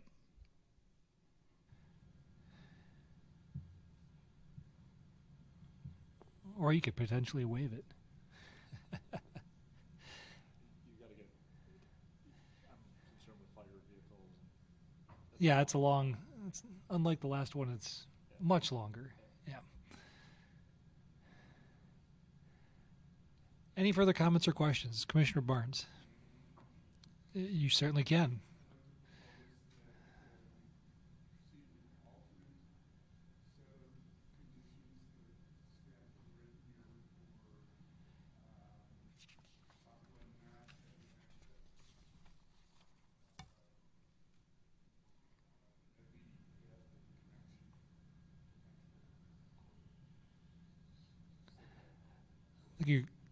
Do you mean that if Lot 1 is ever developed, it'll be accessed from Ashbury Woods?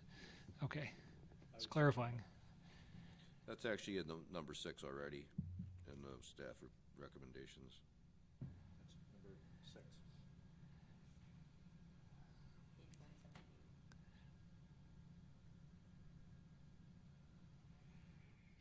That is indeed staff recommendation number 6.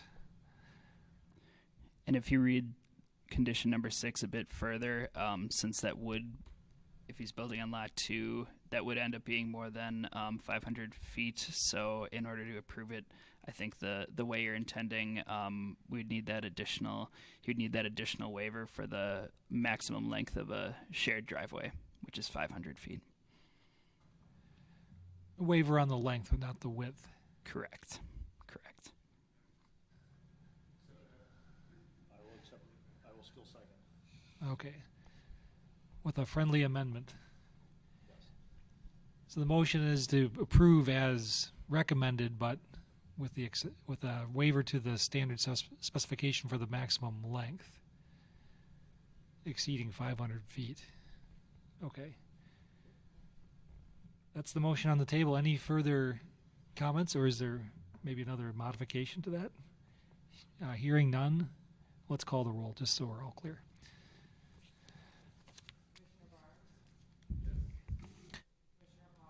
Aye. Commissioner Chorin, Aye. Commissioner Schaefer, Commissioner Stoker, Commissioner Lemke, Aye. Alderman Parrish, Aye. Mayor Nurbin. Aye. Vote passes.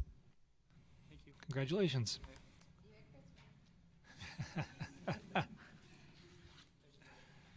It's Christmas in April.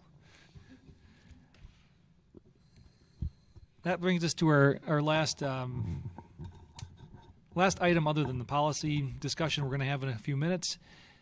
Trinity Lutheran Church, School and Church. Applicant is seeking a building and site plan amendment and landscape plan approval to allow for expansion for the property located at 10729 West Freistadt Road. You got me today. You got Mayor, you? Yes.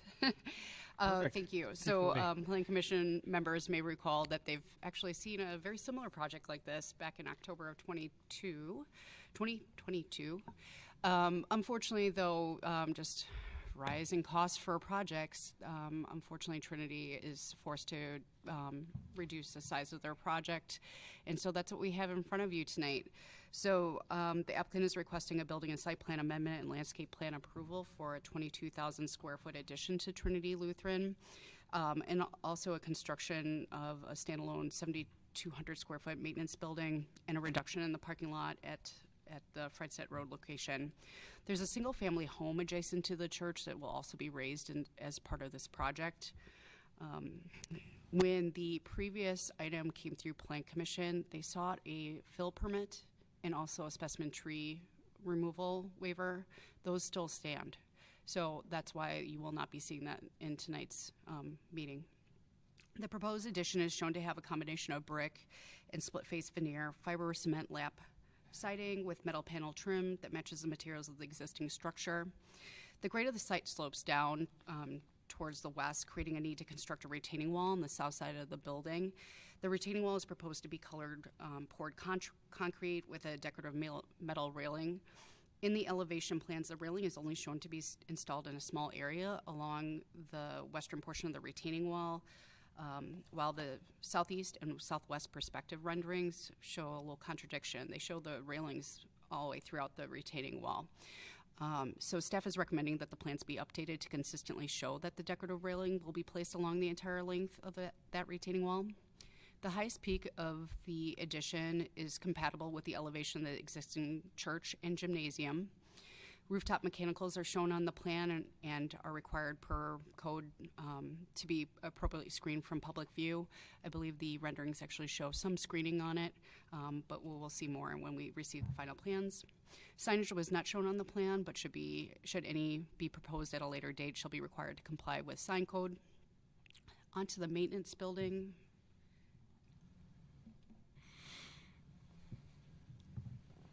This is some of the elevations that we have.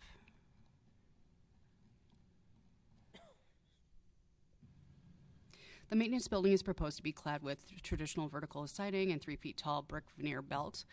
The building will include 3 overhead garage doors, 2 painted hollow doors, and 2 vinyl encased windows on the east elevation.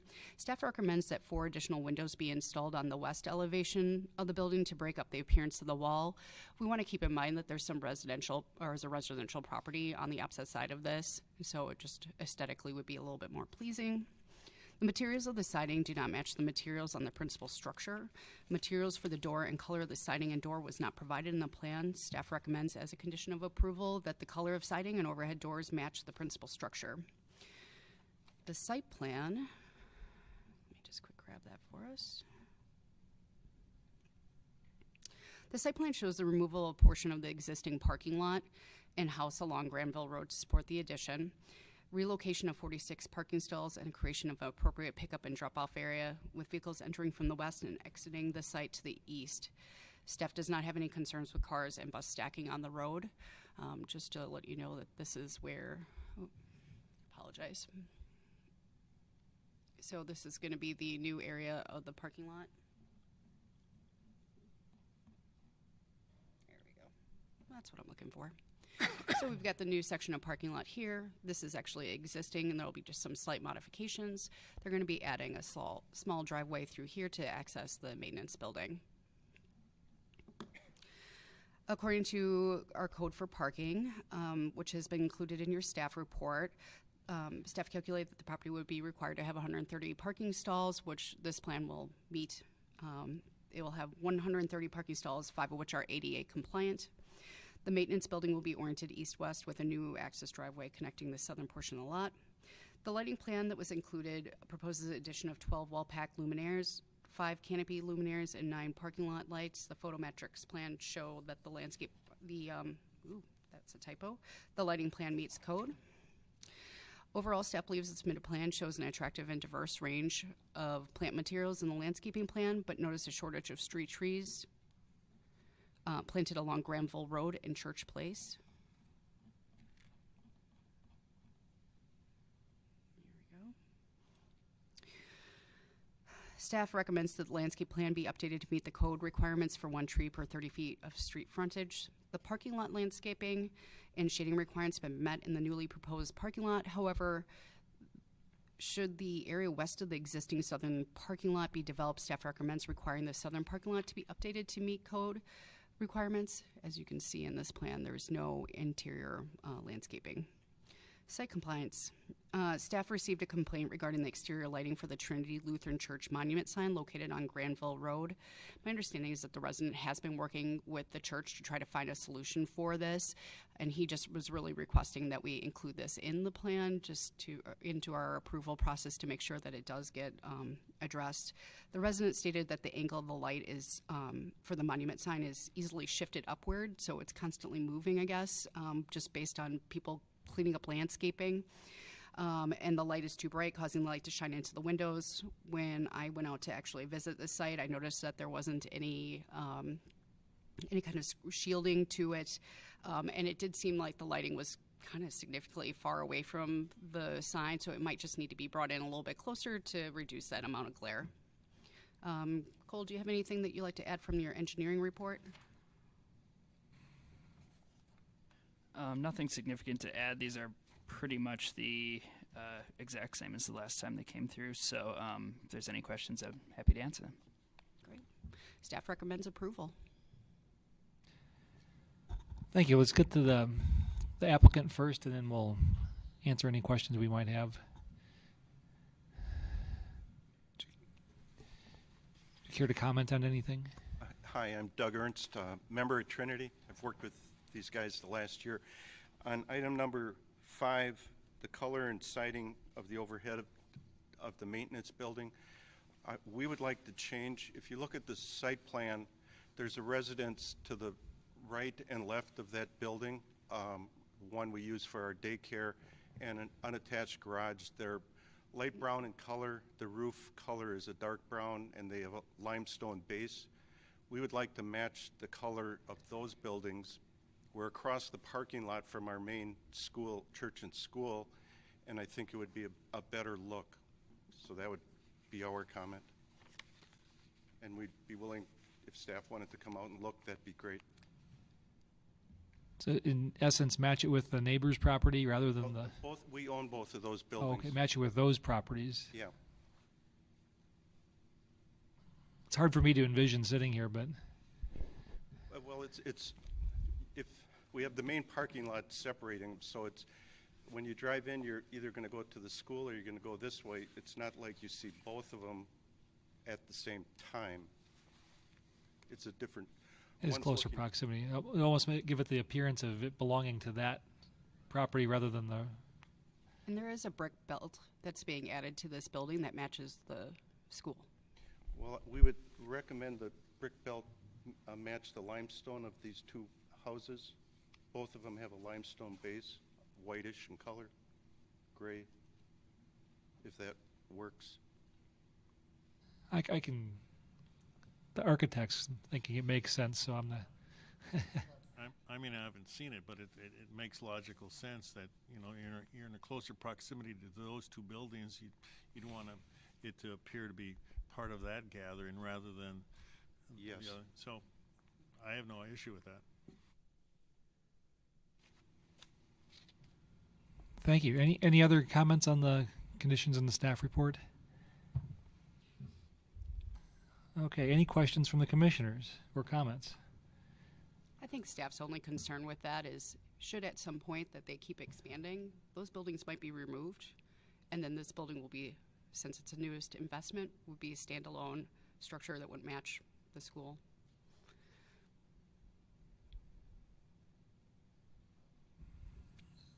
Noted, I guess. I'm not sure what the likelihood of that is, but By virtue of the fact that they're bringing this up, if they had to replace the roof or the siding, I think they would want to try and keep it cohesive then.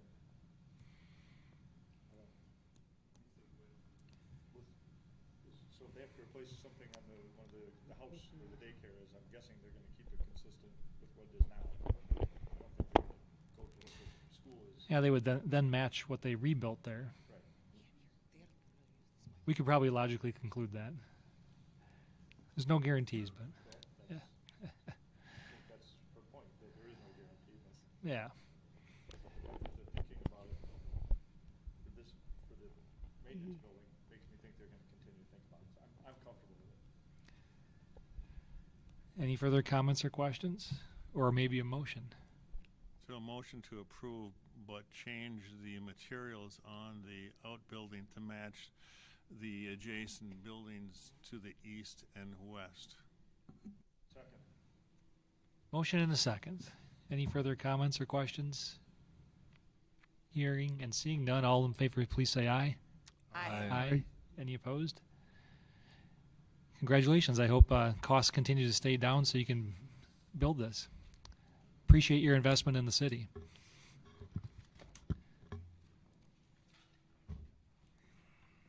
That brings us to our last item of the evening, policy discussion regarding Chapter 58 zoning code for storage of recreational vehicles. And Jack's going to walk us through a Yes. history of where this has been recently and where we might like it to go. Yes, this went to public welfare in March and in April. It was spurred on by a complaint from a resident in Alderman Meyer's district. I believe he got a order to correct on an RV and basically then went around and kind of found other violators in the area. And so we kind of had an influx of complaints about this issue. So it was brought to public welfare. Public welfare chose not to make any other changes other than requiring them to be stored on a impervious surface or a paved surface. So since this is in Chapter 58, it's in front of you as well, and you can decide if you want to make other changes. I did present to them 5 other zoning codes from different communities, discuss different issues related to this. The biggest complaint we see is the length. We have a 20-foot requirement and this doesn't just apply to RVs, it applies to boats or trailers or anything. We have a lot of them that are mostly written up because of this length issue. And so that's one issue. The other issue, I think, is the issue of where it's parked. If you look at some of these other ordinances, they actually have a ban on them in wintertime, so you can't actually store them there, but during the summer, they kind of relax it a little bit. Some have different requirements for length. Some are up to 35 feet. Some are I think, 25 feet. Some have issues with the distance from the property line. Ours is probably more restrictive in a sense. Some are 3 feet, some are 5 feet. Ours basically could be less in a sense because it's required to be closer than the primary house than the property line. So if you, in theory, had a 20-foot setback, you could put one pretty close to a neighboring property. So I don't think a lot of people do that right now. So I'm basically here just presenting this in front of you. If you want to make changes to this, this would be the time we could bring it back with some updated changes, or if you feel that you're comfortable with the changes that the public welfare made, then this will go on to Common Council. I know former Mayor Abbott and Alderman Abendroth presented some information for you as well. The only issue I have with some of his concerns is that we would not typically allow this in the floodway. During flood events, things tend to float away, and so the less materials are in storage we have in the floodway, I think it's a better. There are areas that are outside the floodway that are along the river that I think would be appropriate for additional storage, but in the floodway, I think we'd want to limit that as much as possible. So I'm just open up to questions or comments, and we can decide how we want to take it from here, if we want to bring it back, or if we want to just forward this through as is. Thanks, Jack. I wanted to have a discussion here on this item too, just because the 20-foot limit seems to be a sticking point. How many violations did we have last year? 43? We had 42 violations, and a majority of those were related to 20-foot length of some type of vehicle, and the majority of those were RVs. I think there were 13 RVs, and then there were boats and other campers and trailers and things like that. I know we don't want to see a proliferation of these things everywhere, but these have gotten a lot bigger over time, and I think that 20-foot limit it's probably older than I am. Well, maybe not that old, but so if we're not obviously going to rewrite Chapter 58 tonight, but if anyone had any comments for maybe allowing something a little bigger, or maybe some combination of one larger item or two smaller items, I think the point that the former Mayor Abendroth brought up about living on the river, and you can have one boat, and if it's a boat, you can't have a jet ski because that's a second item. But I also don't want to have special rules if you're on the water or not on the water. It should be consistent for everyone, so it's fair. But if there's some willingness to discuss changes like that, I wanted to get people's thoughts out now. We're obviously not going to make any decisions tonight, but I think if there's willingness to entertain them, we should give staff some guidance, and they can go off and work on this when it's appropriate over the coming months and bring it back for final action at some point. So with that, I'll open up the floor. If there's any feelings on this matter one way or the other. Commissioner Chorin had his hand up first. I'm not sure anybody wants to see a 35-foot RV parked next to the house. I don't know if 20 feet is too short, but if you've got a vehicle that's big, that is that big, I wouldn't want to see that next to my house. But that's what I'm thinking. And it could matter a lot what zoning district you're in. It's obviously a much different game if you're on 3/4 of an acre, or if you're in a 2.5 acre parcel with plenty of depth to your lot where you could store one out of public view. So there might be a screening component, Commissioner Parrish. Yes, I like the idea of a screening component to it. I also get calls from my residents when they get ticketed or ordinanced, and my trailer was 22 feet, and it's 20 feet, and my 22-foot trailer looks twice as nice as that 20-foot trailer over there. And I guess I kind of agree. I mean, it's a slippery slope. If you once it's 22, it's going to be like, well, it should be 25. But then again, I didn't realize his pontoon boats were. I mean, I guess. So this watercraft issue is a problem. I hate signaling or plucking out, homes within a certain amount of feet of a waterway, but it may make sense to look at it that way. I did like that year-round, like during the summers you can, and then the winters you can't. Abendroth brought up some really great points. Is a boat sitting on the shore next to the water and routinely used considered storage? I don't know. I mean, they have the right to use it. Is a canoe or a kayak considered a boat towards that threshold? Yeah, he said pontoon boats are 24 feet. Is a boat on a trailer one item or two? So after we pushed him a little bit on this topic, he said, well, we could probably live with if we said 2 items. So that would seem to address many things. Again, I don't know that we can discuss all this here tonight. I'm not even a qualified boat guy, but I wouldn't want to approve a policy that was already creating a lot of non-compliance. We have to find a way to bring those people into compliance or propose something fair, or we're just going to have this ongoing ticketing issue. Well, again, I think we get a lot of complaints from, again, it's usually, there are some that have, well, that are sitting there for probably years and nobody complains about them. But then when we get a complaint and the people aren't happy, they go around and look for it. I think they found at least 8 or 9 in my neighborhood at one point that were non-compliant. It wasn't me, no, it wasn't me. Mine's in storage. So I think there's 2 issues. I really like the idea of the winter versus summer, because people are using these things in summer. You know, a lot of RVers even, like, they'll bring their unit home, prepare it for a trip. They might have it there for a week before, a week after. Technically, that's still a violation, and that's really not fair. Winter time, you typically store it, and you usually throw a tarp over it or something. It usually doesn't look that great. So I think there's some value in that issue of the summer versus winter time. I also think there's 2 different distinctions between, like, an RV that you drive that you could leave on your driveway versus you could have a 9-foot trailer, like just a little utility trailer you take to the dump or something like that. That would preclude you from having anything else, even though that may be in your yard somewhere that, you know, nobody can see. So I think there's a lot of details that we could work out. We could try to craft something. I didn't want to go down that path until I knew whether there was support or not for it, because there really wasn't support. I think public welfare recognized the shortcomings of the ordinance, but I think they just didn't want to kick the hornet's nest a little bit and take this on. But if we're going to make a change, I guess this would be the time to do it. Maybe a total number of feet. If you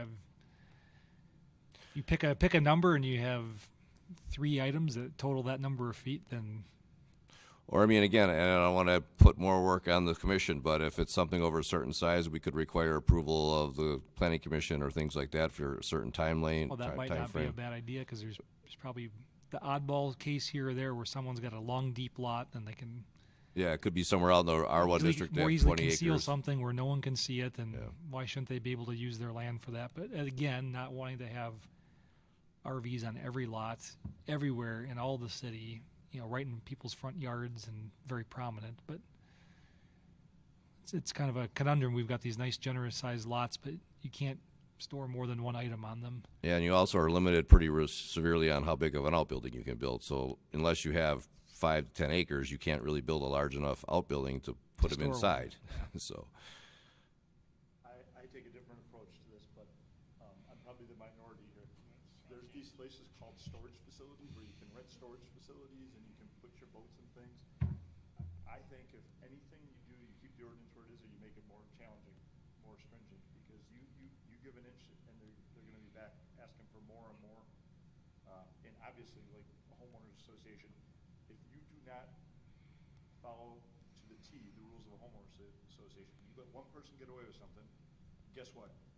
Every single thing in your deed restrictions goes out the door, because otherwise you're discriminating. You let them do it, why aren't you letting me do it? You can't. Well, we would never be controlling what HOAs would do. There's a distinct difference there. Yep. But frankly, I think we should be enforcing this ordinance, which we probably don't, until the proverbial beehive gets, you know. Well, we don't go out looking for it, but we will react to a complaint. But we don't have an enforcement officer that goes out and proactively looks for these things. And I get the whole boat, the whole water thing, but you know what? Frankly, if I built a home on the water, I wouldn't want to see a boat in the yard and a jet skis in the yard. If they're on a pier in the water, that's a whole different animal. But again, I'm not intimately familiar with what we have currently, and I'd have to read it and really understand it. But I would be very cautious about making it a lot more generous. That's my thought. Commissioner Urbani. The opposite viewpoint, as somebody who's about to go home and measure her boat in her driveway. I'm sorry. I'm not in an HOA, so I don't have any extra rules to follow. But just glancing at some of these other ordinances, I would not follow something like Fox Point because of Mequon's historic rural look and feel, that we have big properties. We want to be able to keep our stuff there and keep it handy. I have several canoes. I just built a shed for another boat. I have lots of things that I pull behind my car. And I think the big problem is the RVs. Those are the ones that stick out to people. They're very tall. They're really noticeable. Like you said, like somebody said, you might put a tarp over them and then they look even worse.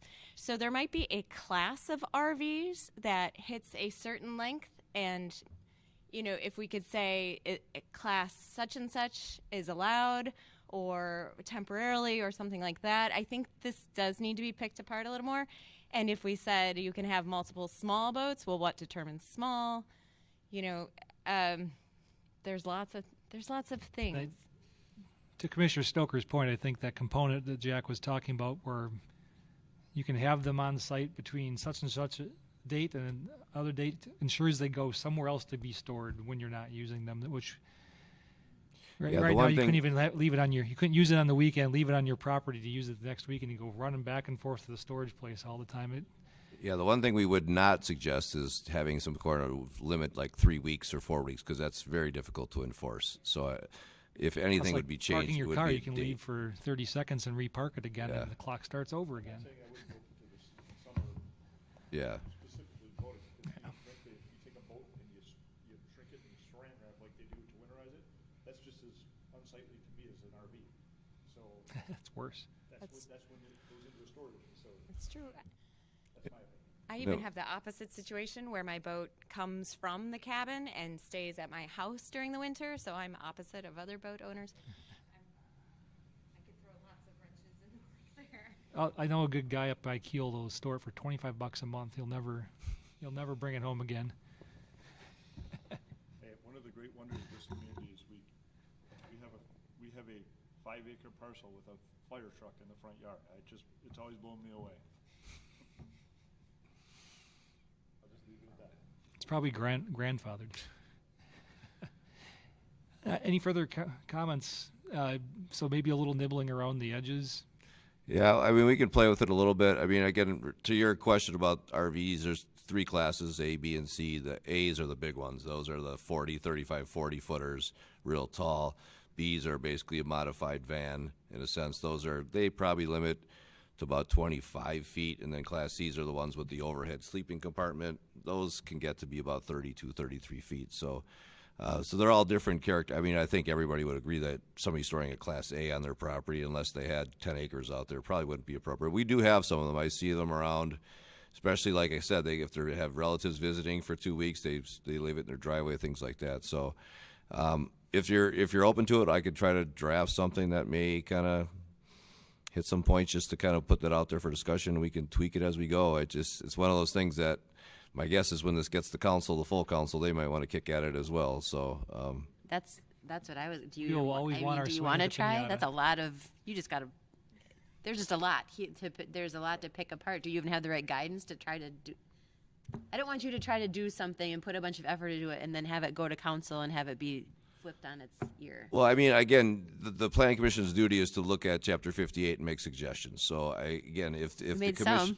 if the They commission contradict would each other. has, I mean, again, it sounded like there was some openness to the summer months. If there's anything else that we want to try to modify or suggest, I'm all open to hear it. So. In fact, when you're looking at the other communities, I saw their attachment. I fully admit I did not read those.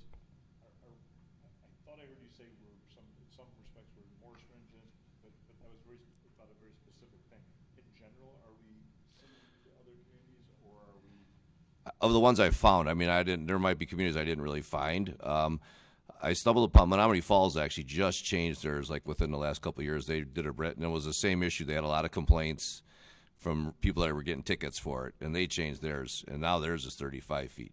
But they have smaller lots, they have bigger lots. I mean, they have a kind of variety of lots, but they also have a lot less side yard setback. I think theirs is 5 feet. So I mean, I wouldn't suggest going, I would actually suggest that we wouldn't do it less than our building setback of 20 feet as to make it even a little bit more restrictive if we're going to allow anything, because currently it says right now you just have to be closer to the house than the side yard. So if you had a 22-foot setback and you snuck it in there, you could be 10, 11 feet from the property line. That would be legal.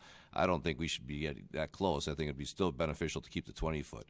We do have a 40-foot from a budding right-of-way, but not to a property, an adjacent property line. So I think there's ways we could stagger it in terms of closeness to a neighbor, and then when you would require screening potentially, or again, if it doesn't meet these requirements, then it goes to the planning commission for their review, just in case, again, like you have somebody with a 20-acre lot that wants to park his RV in the back that nobody can see from anywhere. That's something we'd still kind of entertain. My guess is people don't ask. A lot of times they just do it, and usually it's when they get caught is when it becomes an issue. So overall, I think we're probably more restricted, especially with the 20-foot. I mean, a lot of pickups are 20 feet in length nowadays. So I think that's something that's been around for a long time and it hasn't kept up with times. But I think, yeah, we are more restrictive, I think, than most other communities. Some don't even regulate them at all. It's just, they just let whatever happens, so.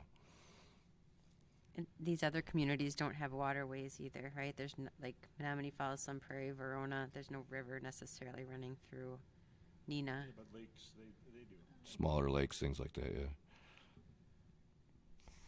And we can clarify if a boat on a trailer is one item or two. I'm assuming Yeah, we treat that as if it's all together, it's one item. But we do measure the tongue of the trailer, which sometimes exceeds. That's where it trips them over the 20-foot mark. The boat could be an 18-footer, but then the trailer tongue sticks out. And unfortunately, Scott won't go out there and measure it until he gets. They do have the one with the hinge on them, yeah.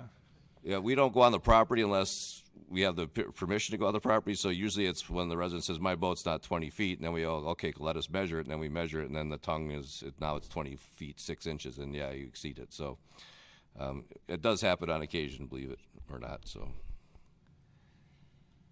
Well, maybe we could clarify that we could do all sorts of things. Maybe it's the length of the boat and the trailer, if it sticks out a little bit. That's not what people are seeing that they object to. There's one on your street, Commissioner Bonnie, that when it comes out, the boat is gigantic. Yes, and that is only ever there for a couple days in Yeah. the spring, couple days in the fall. Yeah.